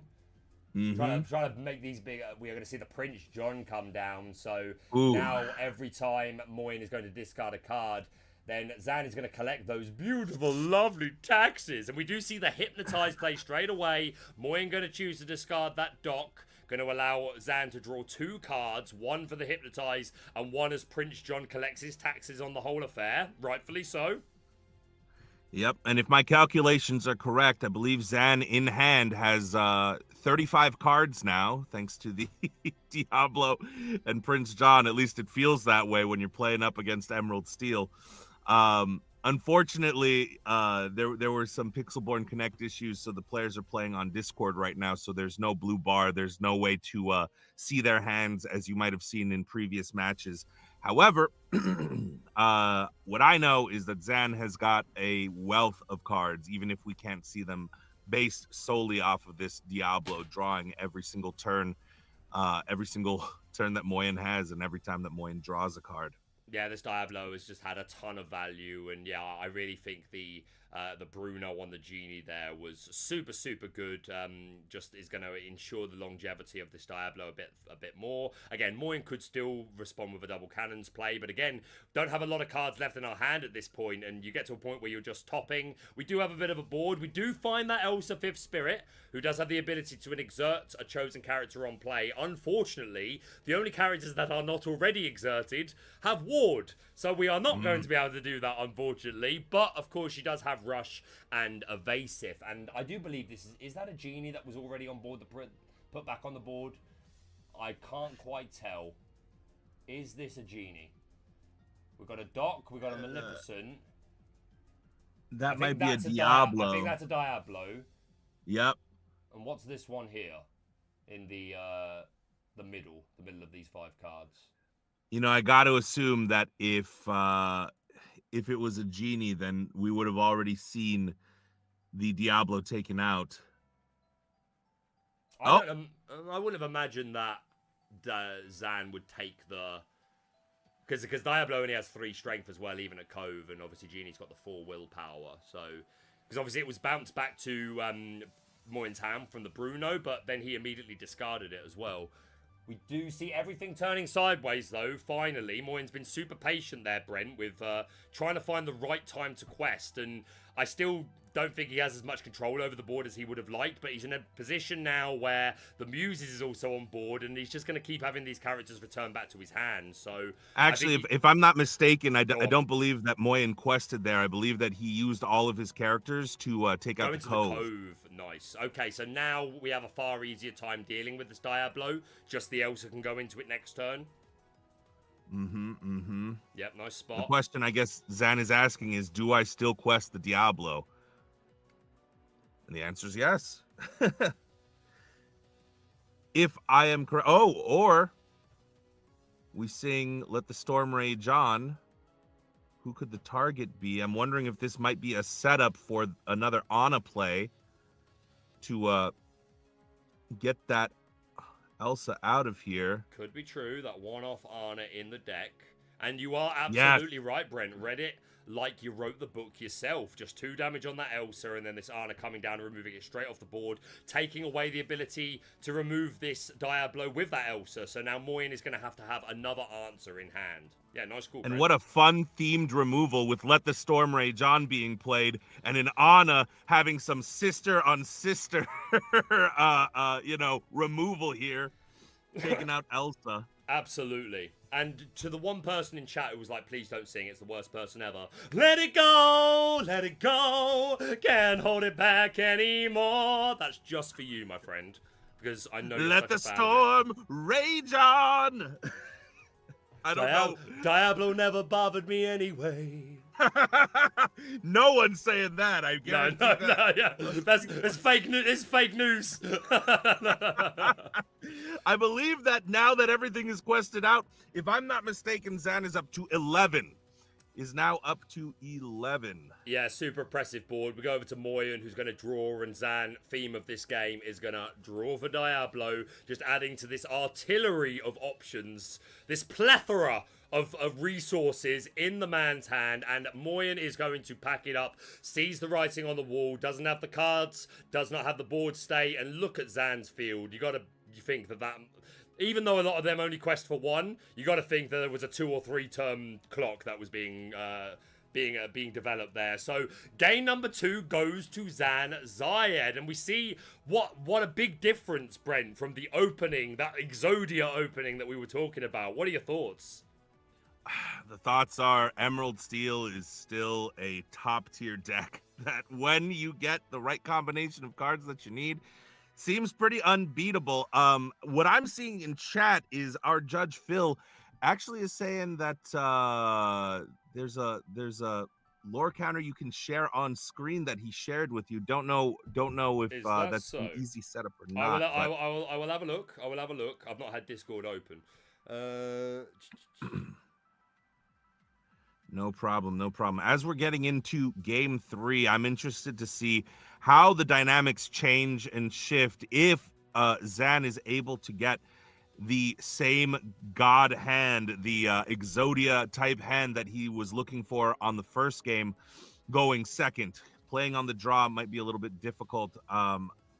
Something happened just now. I don't know what, but I can't see the players anymore here. Yeah, sorry, that's what I'm trying to get this. Gotcha. This thing. Let's. I tell you what I'm gonna do. Thank you so much for the message, my friend, with the potential lore counter. Great idea. Would love to do it. I'm terrified if I fiddle with too much, I'm gonna lose this camera shot. So don't do it. Don't. So yeah. I'm gonna Let's play it on. safe. I'm gonna play. It's probably simple as heck, but just because I don't want to risk it all going wrong, I'll leave it for now. We'll continue to update the chat with the lore verbally, which I know isn't ideal. Apologies, chat, but yeah, it's probably super simple. But I don't want to miss anything, especially because they're now locking into the game. So. Huge shout out to you, though, for letting me know. I will take that into consideration for future streams and have that set up in prematurely, because that's a great idea. And in the meantime, we are starting with the mulligans here. Again, it has been an extraordinarily fast few games. I mean, I think that of all of the decks, the specific Speci Moyen special here has closed out games quicker than any other. Speci is all about that speed, mate. He's not here to hang around. He wants a break. Speci wants a break. It's all or nothing. He wants a break between rounds. Man gets hungry. Of course. Moyen looking to chuck back what I believe is 5 cards, so maybe not the exact ideal start. Nope. Meanwhile, Zan keeping 1 card back, it looks like. I believe so. I think that was a pretty deep mulligan for Zan as well. So clearly both players being pretty aggressive, trying to find the ideal start to this matchup. It is 1-1 at the moment. It is all to play for. The team captains of EU and NA. Not only obviously wanting to do their continent and their team proud, but test themselves against other great players. We heard, I don't know if you managed to catch the Moyen versus DeCandio match. It was a few days ago now. But yeah, post-interview, they were just talking about how it was a great opportunity just to test their mettle against some of the best players in Lorcana. So that's definitely going to be a big part of this. Zan and Moyen, I'm sure, having a lot of respect for each other. And you want to practice against the very best, right? Yep. Doesn't get any better than this. All of the best players in the world getting a chance to tear each other apart in the Lorcana field here. Just do another quick Moyen zoomed in version of the lists while they're getting sorted. Also, shout out to this is Moyen's playmat. This was from because Moyen was at the event in Italy that I was casting and streaming, and that was, as you can see from the top of the corner, was the top 8 prize, and I think it's just absolutely stunning. Absolutely stunning. Oh, gorgeous. Very, very gorgeous, Matt. Let's see what Moyen elects to do here. Going first, the aggro Gantu deck. into the Inkwell. Gantu into the Inkwell. Looks like a Maleficent coming down. The Amethyst Maleficent 0/1 that when it's banished draws a card. Yeah, that is a great start. And if Zan misses this 1-drop, that's huge. That's 4 lore for free. Probably 6 at least, but at least 4. Yeah. We'll see. Oh, or wait, you know what? No, I'm seeing it. It looks more like the Maleficent, actually, not the Diablo that I was thinking of in my brain. I thought you said Maleficent, to be honest. Oh, I think you said Maleficent. It's still morning here. I get it, man. In my part of the world. For what it's worth, like it happens. Like even me and the code comes down. Even me and Speci 4 events on, like a double taking. Like, is that? What is that? Is that a dime? Is that? It happens. But yeah, this Cove coming down on turn 1, not ideal at all, Brent. This Maleficent, such a strong opener for Moyen with that quest for 2, is now guaranteed, almost guaranteed to get 4 lore before Zan is going to be able to do anything about it, and could be even more, because again, if Zan's turn 2 drop is anything less than 2 1-drops, then it could just get befuddled or shot, and then this Maleficent's going to do even more questing. So this Maleficent responded to by no 1-drop, I think is already such an important interaction in this particular game. Yeah. I mean, not the ideal start with the Cove, but at least getting something down is going to be much better than last game where he wasn't able to get anything on the board first turn. But, you know, even getting that down now might be too little too late. Like you said, probably a guaranteed 4 lore out of that Maleficent questing. And now Moyen trying to decide, I imagine, with so many 1-drops, he might be deciding whether it's better to do 2 1-drops or 1 2-drop here. Yep, no, you're absolutely right. The 2-drops available in Moyen's deck, obviously the Calhoun, Smee is a great option. I very much doubt we would see a dock play here if we could avoid it. I would play 2 1-drops before playing a dock, but Calhoun or Smee could be reasonable just for the stats that you get on board so that you can deal with this Cove in a prompt matter. We're going to see the Queen's Castle hit the board, and I do believe that is... Diablo. No, it's not Diablo. Yep. It is Looks Diablo. like Diablo. Yep. One cost exerted. Yeah. It's got to be Diablo, I'd say. Does seem that the follow-up on turn 2 is just 1 1-drop. So maybe that's by choice. It might be because there are no other 1-drops. But nonetheless, we see the Diablo coming down on turn 2. We see the Crab, 1 copy of Fire the Cannons, a Goat, and I believe that's a Madam Mim Fox on the far right as well, which is pretty good. Is going to help us towards taking out this Cove. And then that cannon's there to shoot the bird when the Cove is gone. And the Crab is another great way to help us take out this Cove. You got to think that Moyen would have loved the Smee or the Calhoun on that turn, because then the turn 3 Crab just finishes the Cove. That's it. It's gone. Mm-hmm. Yeah. I'm wondering myself if Zan had the Diablo in hand first turn, but elected to play the Cove just so that he could protect it in case he saw a Fire the Cannons, knowing that Moyen would probably be mulliganing very heavy for it. Similar thing happened in the Dale Spessy match, and Spessy was talking about, he was applauding Dale for playing a kind of goofball way, not the typical line, and playing a Cove first. Looks like Zan might be taking a page out of that book. Okay, the Crab into the Inkwell. That Crab gives Challenger 3 to a character when it enters and leaves play. So we're going to give a +3 strength to the Diablo that we put down. So that's 3 damage now already on this Cove. So halfway towards being broken down and then bringing the Diablo into cannon's range. Mm-hmm. And this is a dangerous spot to be in. I mean, that Cove is coming down next turn. Unless Zan has another Cove that he can move that Diablo to, that Diablo is not safe with the cannons in the hand of Moyen. No, absolutely. We'll see what he elects to do here. This Crab could already finish off the Cove. So, yeah, really super nice play here from Moyen, having the answers. Zan having the slower shift line into Diablo. I'm only assuming that he is holding the Floodborn. Of course, it's possible he's not. But, yeah, this has been a pretty good start for Moyen. And, again, we have to give some credit to the good old On The Play. On The Play is a pretty good player. They do well. top tier strats. Yeah, the best strat. Be an aggro deck and be on the play. Be on the play.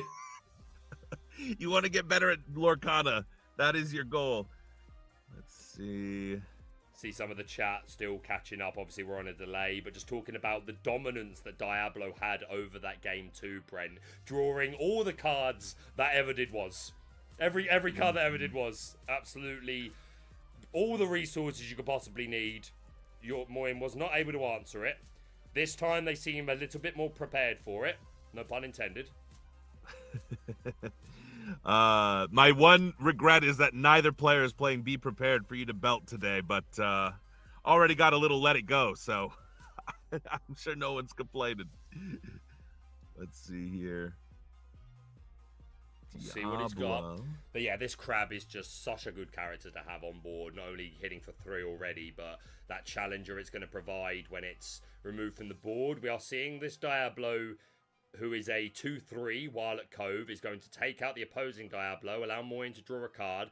We don't talk about Bruno, no, is going to go into the Inkwell to funnel that Ana, who there is not a character of any damage. I very much doubt will be boosting strength, so we would just be looking for a hand discard here. But didn't have the ink to pay for it?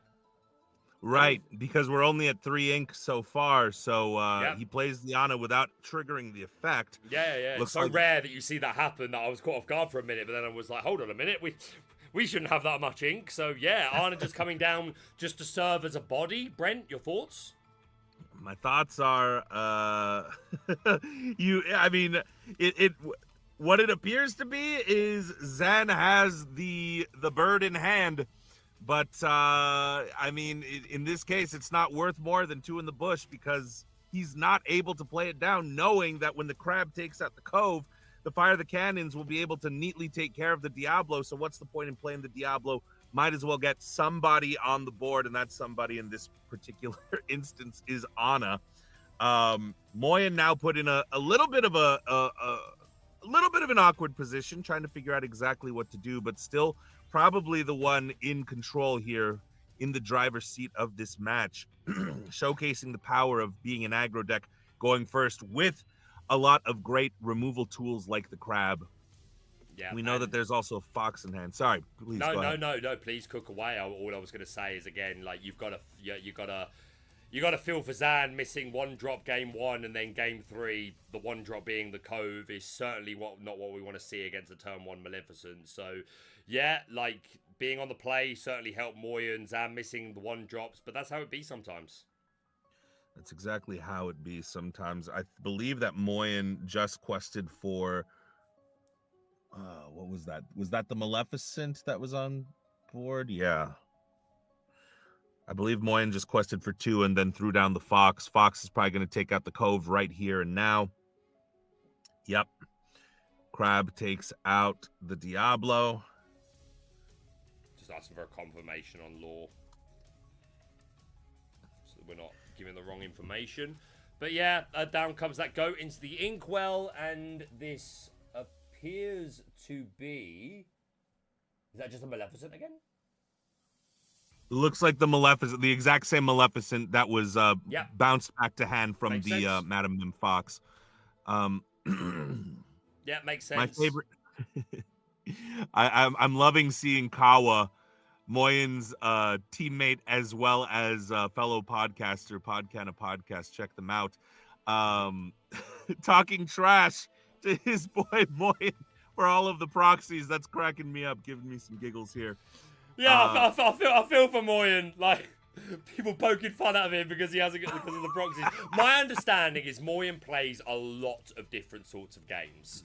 And as such, I imagine you can't always own every card for everything that you do. I imagine it's, I'm going to this event, let me get the cards for this. Which is perfectly respectable, as far as I'm concerned.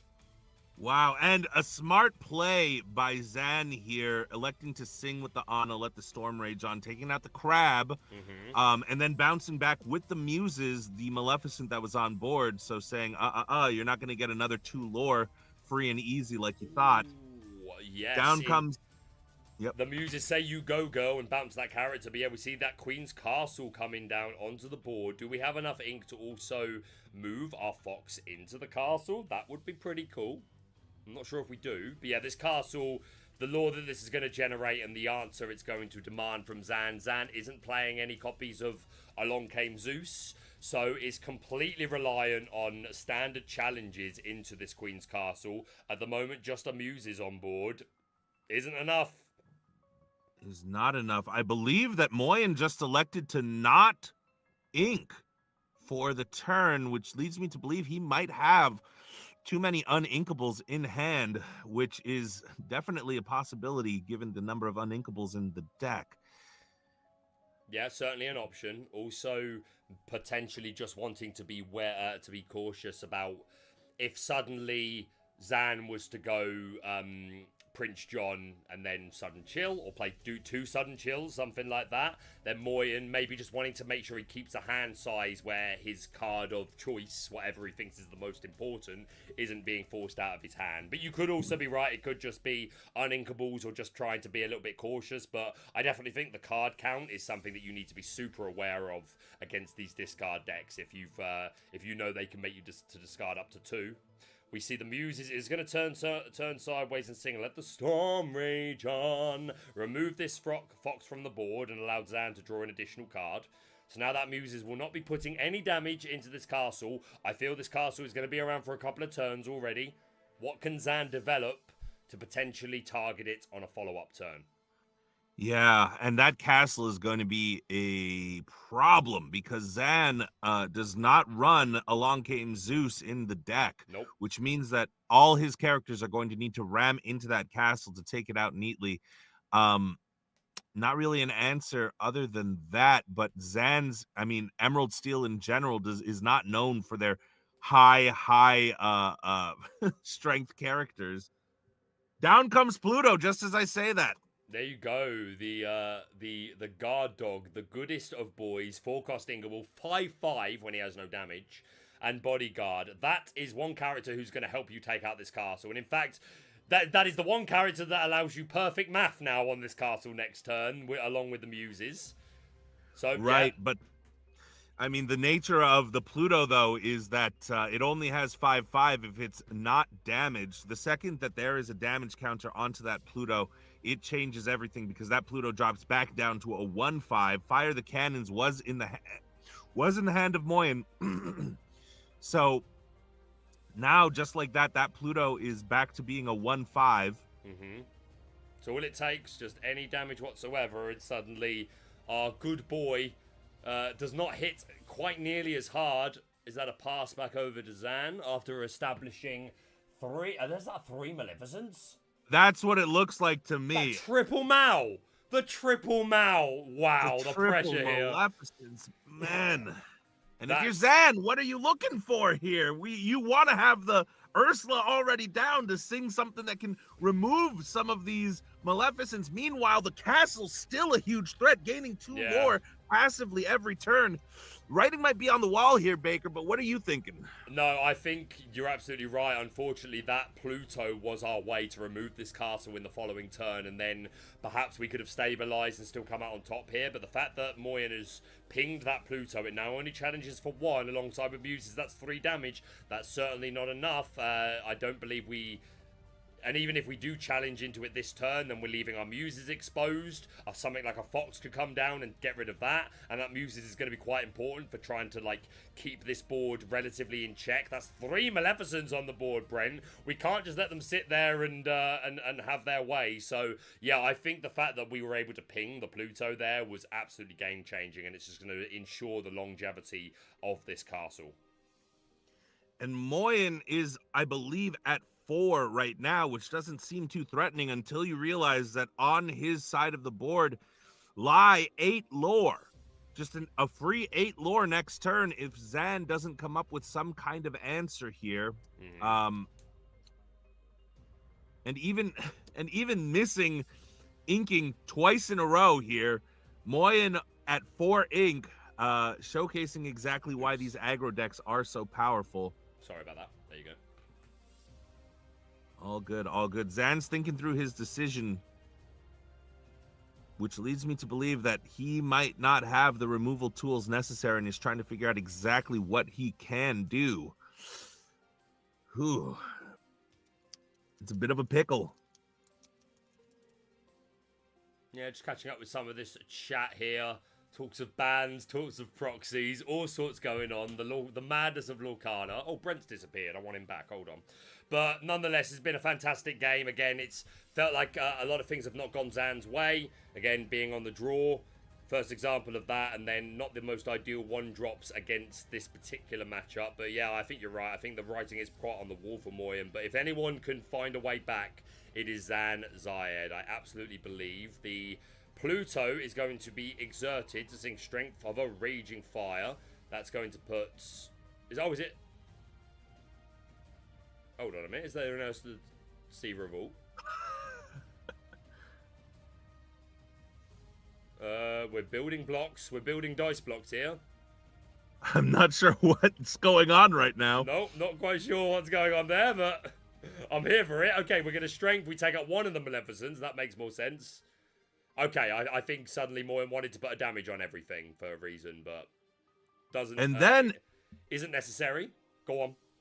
Instead of bouncing back one of the Maleficents to Moyen's hand, he elects to bounce back his own Ursula to hand to use it as ink to play this other Ursula, giving him a chance to sing a song that will count as 2 songs to take out both Maleficents simultaneously. What a play from Zan here. Yeah, and it forces the quest from Moyen here, really, because you know it's coming, you want the lore out of it, but then as soon as he does quest, you could also quite reasonably then just challenge if you wanted to. You only need 1 damage. Also, something interesting that I thought we might see, didn't on that occasion, is I wondered if we would bounce our Pluto back to our own hand, just so that we can put it back down without having any damage on it.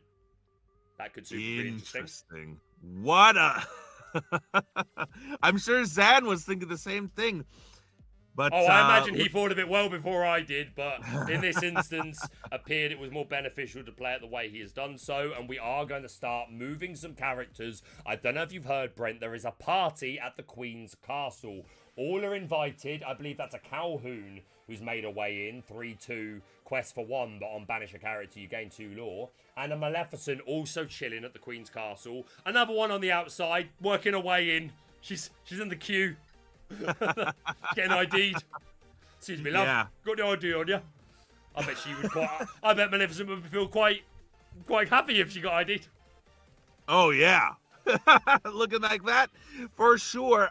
Probably been some years since she has been. Let's see what Zan has the answers for, because if he doesn't have some cold hard steel removal, that might spell the end, because Moyen getting an extra 2 cards next turn off of this castle would be absolutely devastating.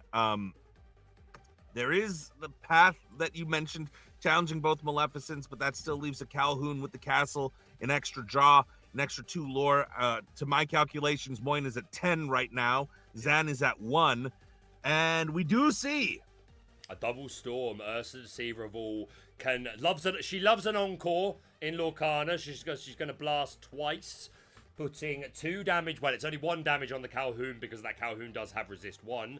And going to put the 2nd damage on that Calhoun as well. Pretty nice play from Zan, respecting this Calhoun's ability to gain 2 lore. And of course, just 3 strength is pretty good. It takes out a lot of characters. So choosing to get rid of that. And of course, the Muses, always singing the gospel truth, Brent. Continuing to bounce characters back to hand. So Zan able to keep a really good finger on the board and controlling its tempo. But this Queen's Castle, Brent, how long's it been in now? At least 3 turns, but in 1 turn, Zan has now dropped 2 Diablos down. That's pretty big. This was looking like it was Moyen's game, right? But you're right. Moyen now creeping up to 12. The question is it too little, too late?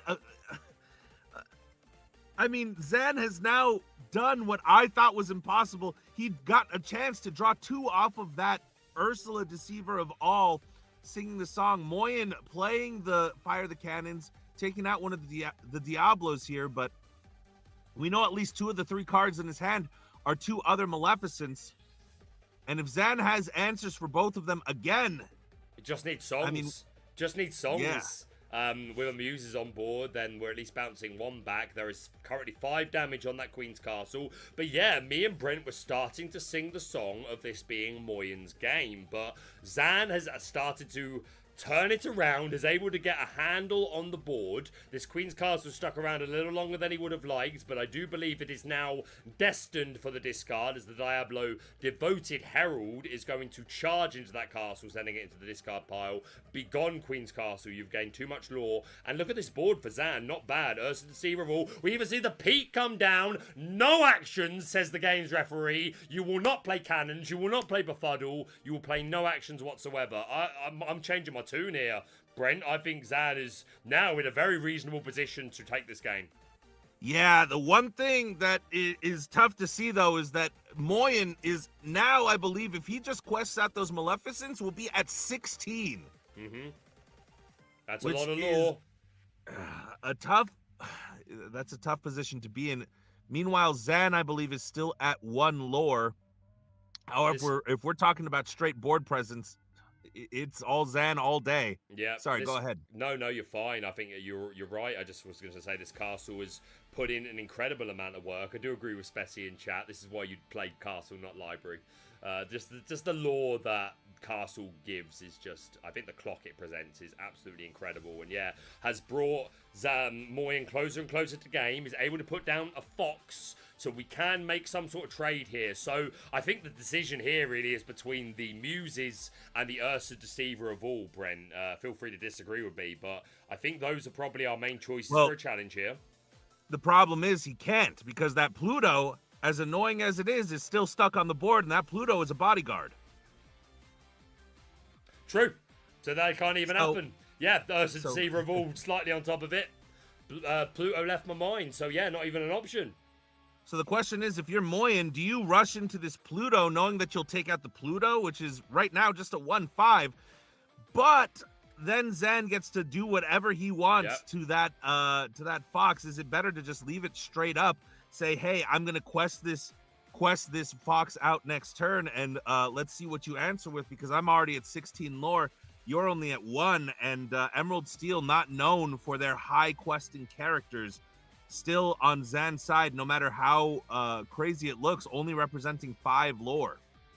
Yeah, I think this fox is just going to sit here, to be honest, and just be another character that can quest next turn, because Moyen knows that just one song, whatever song it is going to take one of his 1-drops away because of the Muses. We are seeing... Oh. Is Moyen... Is that Zan saying he can't win? Did I miss something?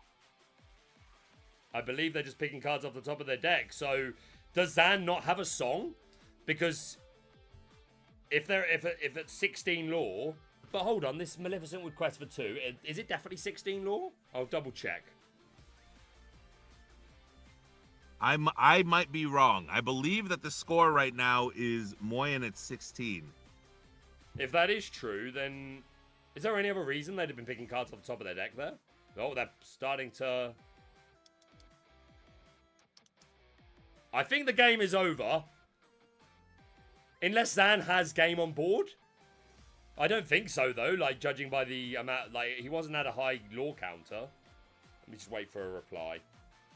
Yeah, we'll wait for the reply. I easily could have missed 1 lore that Moyen quested with, and he's at lethal 17 right now. Yeah, if it's a 17 and Zan doesn't have any songs to either ping or use Muse's effect to bounce, then that would indeed be lethal. It was 18-3.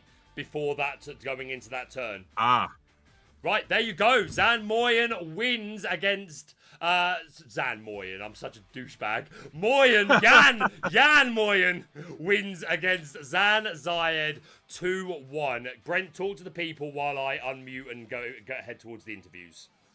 Oh, what a game. What a match. I mean, Spessy said that Amethyst Steel might be the best deck in the format right now, and it's a little hard to disagree, especially going on the play.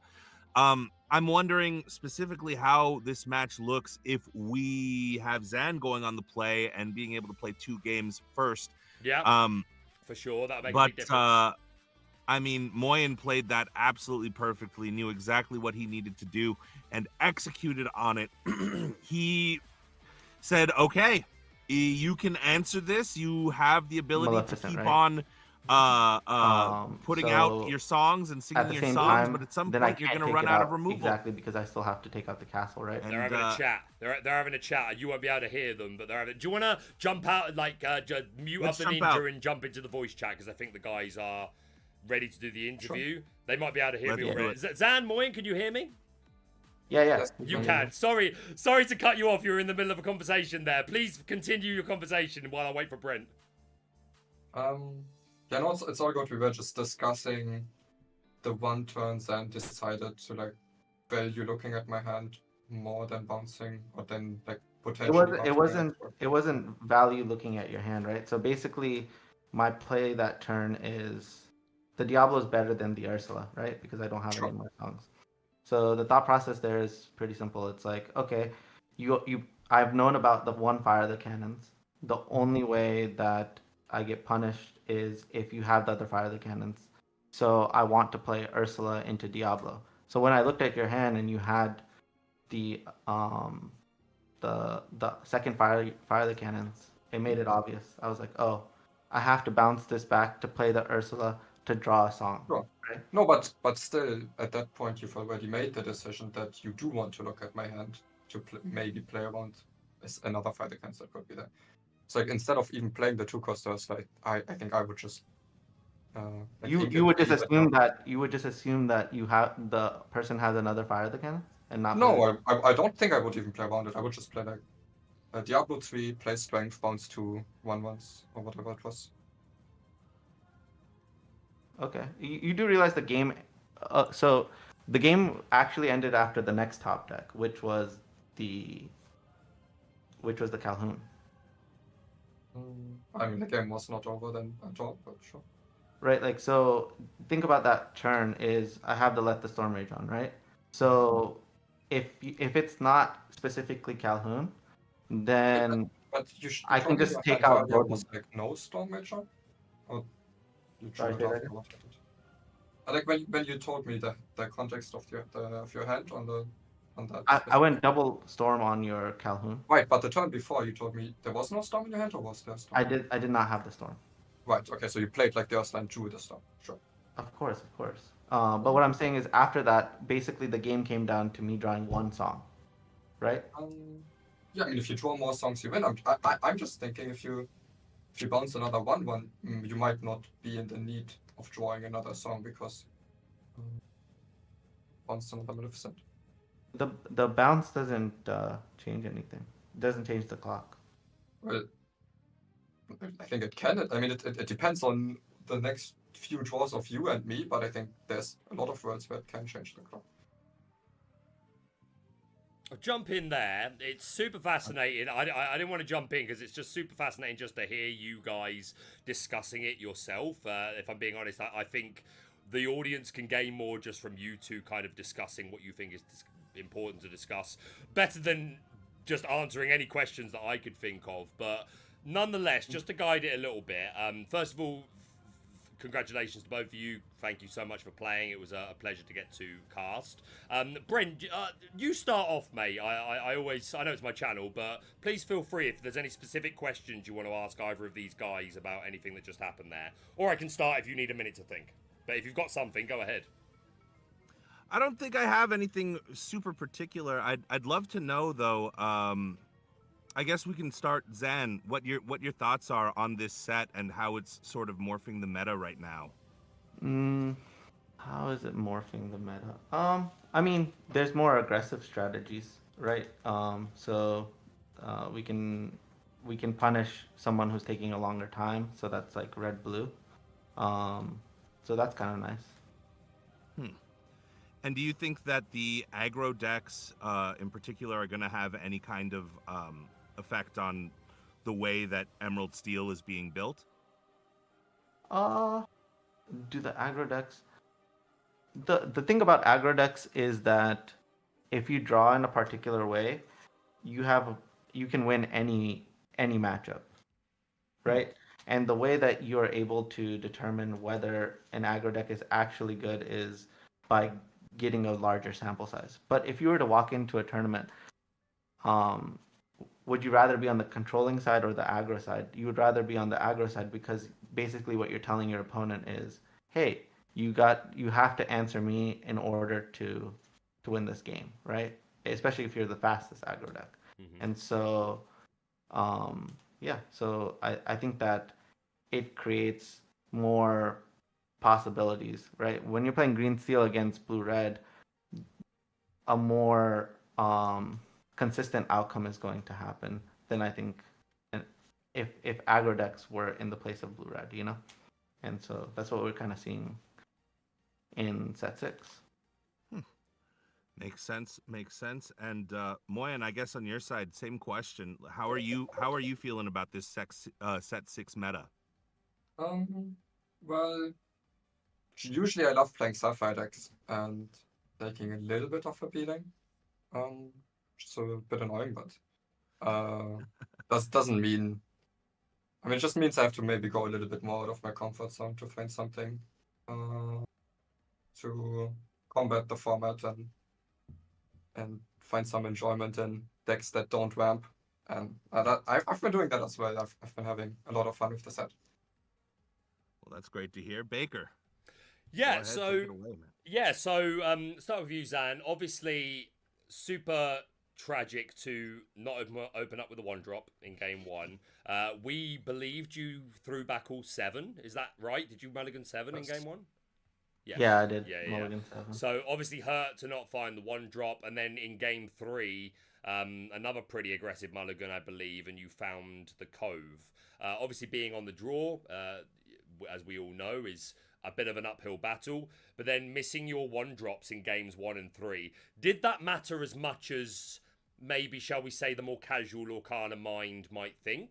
Or was missing the 1-drop not as significant? If you could give me your thoughts on that.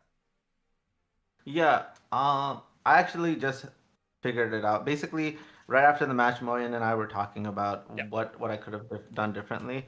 And so when I drew the Let the Storm Rage on, I should have taken out both of the Maleficents instead of the Calhoun. instead of the Calhoun. Yeah. And if I had done that, I wouldn't have put myself in a position where I needed a song as much. And so I would have lost the Pluto, and there would have been 2 lore gained there, and that would have put Moyen at 16. But it's less likely for me to get aggroed out in that spot. Obviously, you can draw a combination of goats and roses, but I should have done that. I just assumed like I'm gonna draw so many cards off this Let the Storm Rage on, and then I'm gonna follow up with Diablos that I'm just gonna be able to find another song, and that just wasn't. I feel like that's less, like that's putting too much pressure on my deck, like to find it, you know. Yeah, no, 100%. We've seen you like masterfully use the muses to sway board tempo. And there's one specific move I would like to ask you about, which was in that game 3 when this castle came down. We were getting quite scared for you, for the Emerald Steel player, just because obviously castle with your deck is not an easy answer. And then down came like the one kind of perfect character in the Pluto. You already had a muses on board, so that gave you your 7 to pop the castle. Obviously Moyen pinged the Pluto to circumvent that, and then there was a turn where you played a song and then you bounced. I thought you were going to bounce the Pluto back to your hand to re-establish it at full strength, but you bounced the Ursula. Was there a specific reason behind that? Was it just ink? Can you just talk me about, obviously we couldn't see your hand, but yeah, can you talk me through that turn? So when I played the Pluto, I thought that Moyen would use the Fire the Cannons because I knew about the Fire the Cannons from the Diablo earlier in the game. So basically, my thought process was, let's bait this Fire the Cannons. I'm at a low enough lore that it's very unlikely that I get lured out. But Moyen ended up finding 3 Maleficents, so that like it wasn't like exact like when you see someone's hand, you're like, okay, this is how it's more likely to play out. And the cards that were drawn in those instances were 2 more Maleficents and a second Fire the Cannons and a Fox. So he inked a Fox, and that kind of tripped me up a little bit because I was like, okay, I'm gonna lose the. It was like a domino effects of like the cards that came off the top. So I was like really trying to figure out how to bait this Fire the Cannon so I can put a Diablo in play. Yep. And so that turn, basically the thought process is I'm going to ink. I have Ursula Strength, Diablo, and basically what I'm thinking at that time is, okay, I'm gonna play this Ursula because I wanna put as much pressure on this castle as possible, right? And if the only card that makes me not want to ink this 3-drop Ursula is Fire the Cannons. Yeah. That means I can't play the Diablo. But it's not the first Fire the Cannons. It has to be the second one because I already baited out the first one. So his last card ended up being Fire the Cannons, which changed up my play, right? Because I also expected if there was gonna be one drops, maybe it's like a Maleficent and a Chernobog's Followers or a Diablo or one of the other ones. When it ended up being triple Diablo, there was a lot more pressure. And so what I realized was I have to draw a song off the top, right?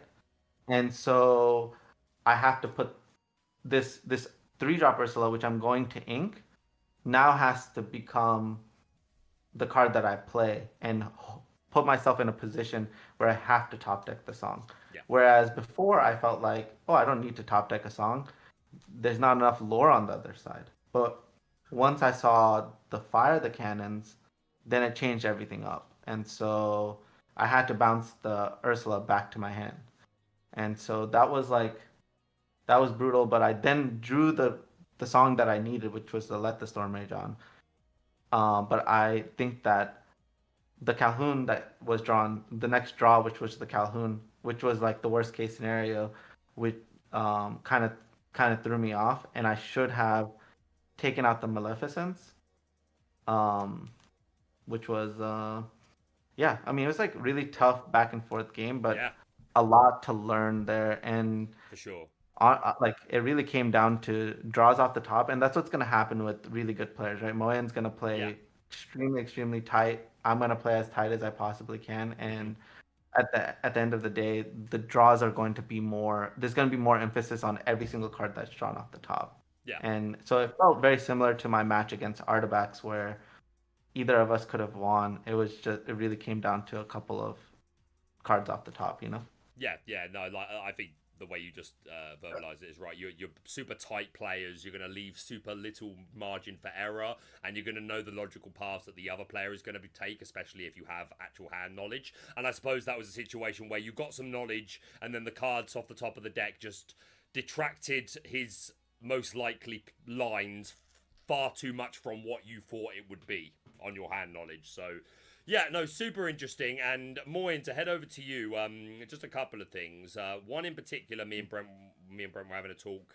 I'm going to try and narrow it down as much as I can. It was that last game, and I believe you had 2 characters on board and 3 or 4 cards in hand and ink to play with. And I think Brent was saying something on the lines of, well, maybe he doesn't have enough ink for them and they're uninkables. And I was saying, well, there could also be something to said for he's just making sure he's got enough cards in his hand so that if Zan does make a big, like, double sudden chill play or something, he's not leaving Moyen with nothing. Was that ever a factor throughout these games, just holding cards just so that you didn't get just completely hand depleted out of nowhere? Was that much of a factor in these matches? Well, sometimes it's, I guess. But in these games, it happened much earlier than it usually would. Mm-hmm. Game 2, I went very low in hand size when like my last hand was Dock a couple times, but it would cost Zan quite a bit to play a discard on those turns, and if they do, I like still have a lot of tempo on the board that might just still get me there with whatever I draw off the top. So I did play with fire a little bit in game 2. In game 3, yeah, I mean, I don't know. The castle, if I have any inkable there, I think I can kind of snowball off it. But my hand was like only Maleficents and Fire the Cannons the turn where I just played the castle. And then the turn after, even I still wasn't inking. So I understand maybe, okay, Zan made plays, and this was not a hand that they were expecting, so maybe they could have made better plays against the exact hand that I was having. I don't think that was a good hand for me to have there. I think there was, if I just have an inkable and like some medium-sized characters, I didn't have a single dog that game. I also don't agree that Calhoun was my best draw when goats and dogs were still in it and there wasn't an exerted Diablo at the time. I think, game 1 and game 2, I don't think were super. I mean, they were both pretty much blowouts. The game 1, especially when I dropped like the second Fire the Cannons going into the dog, I don't think I'm ever losing it from that position. Yeah.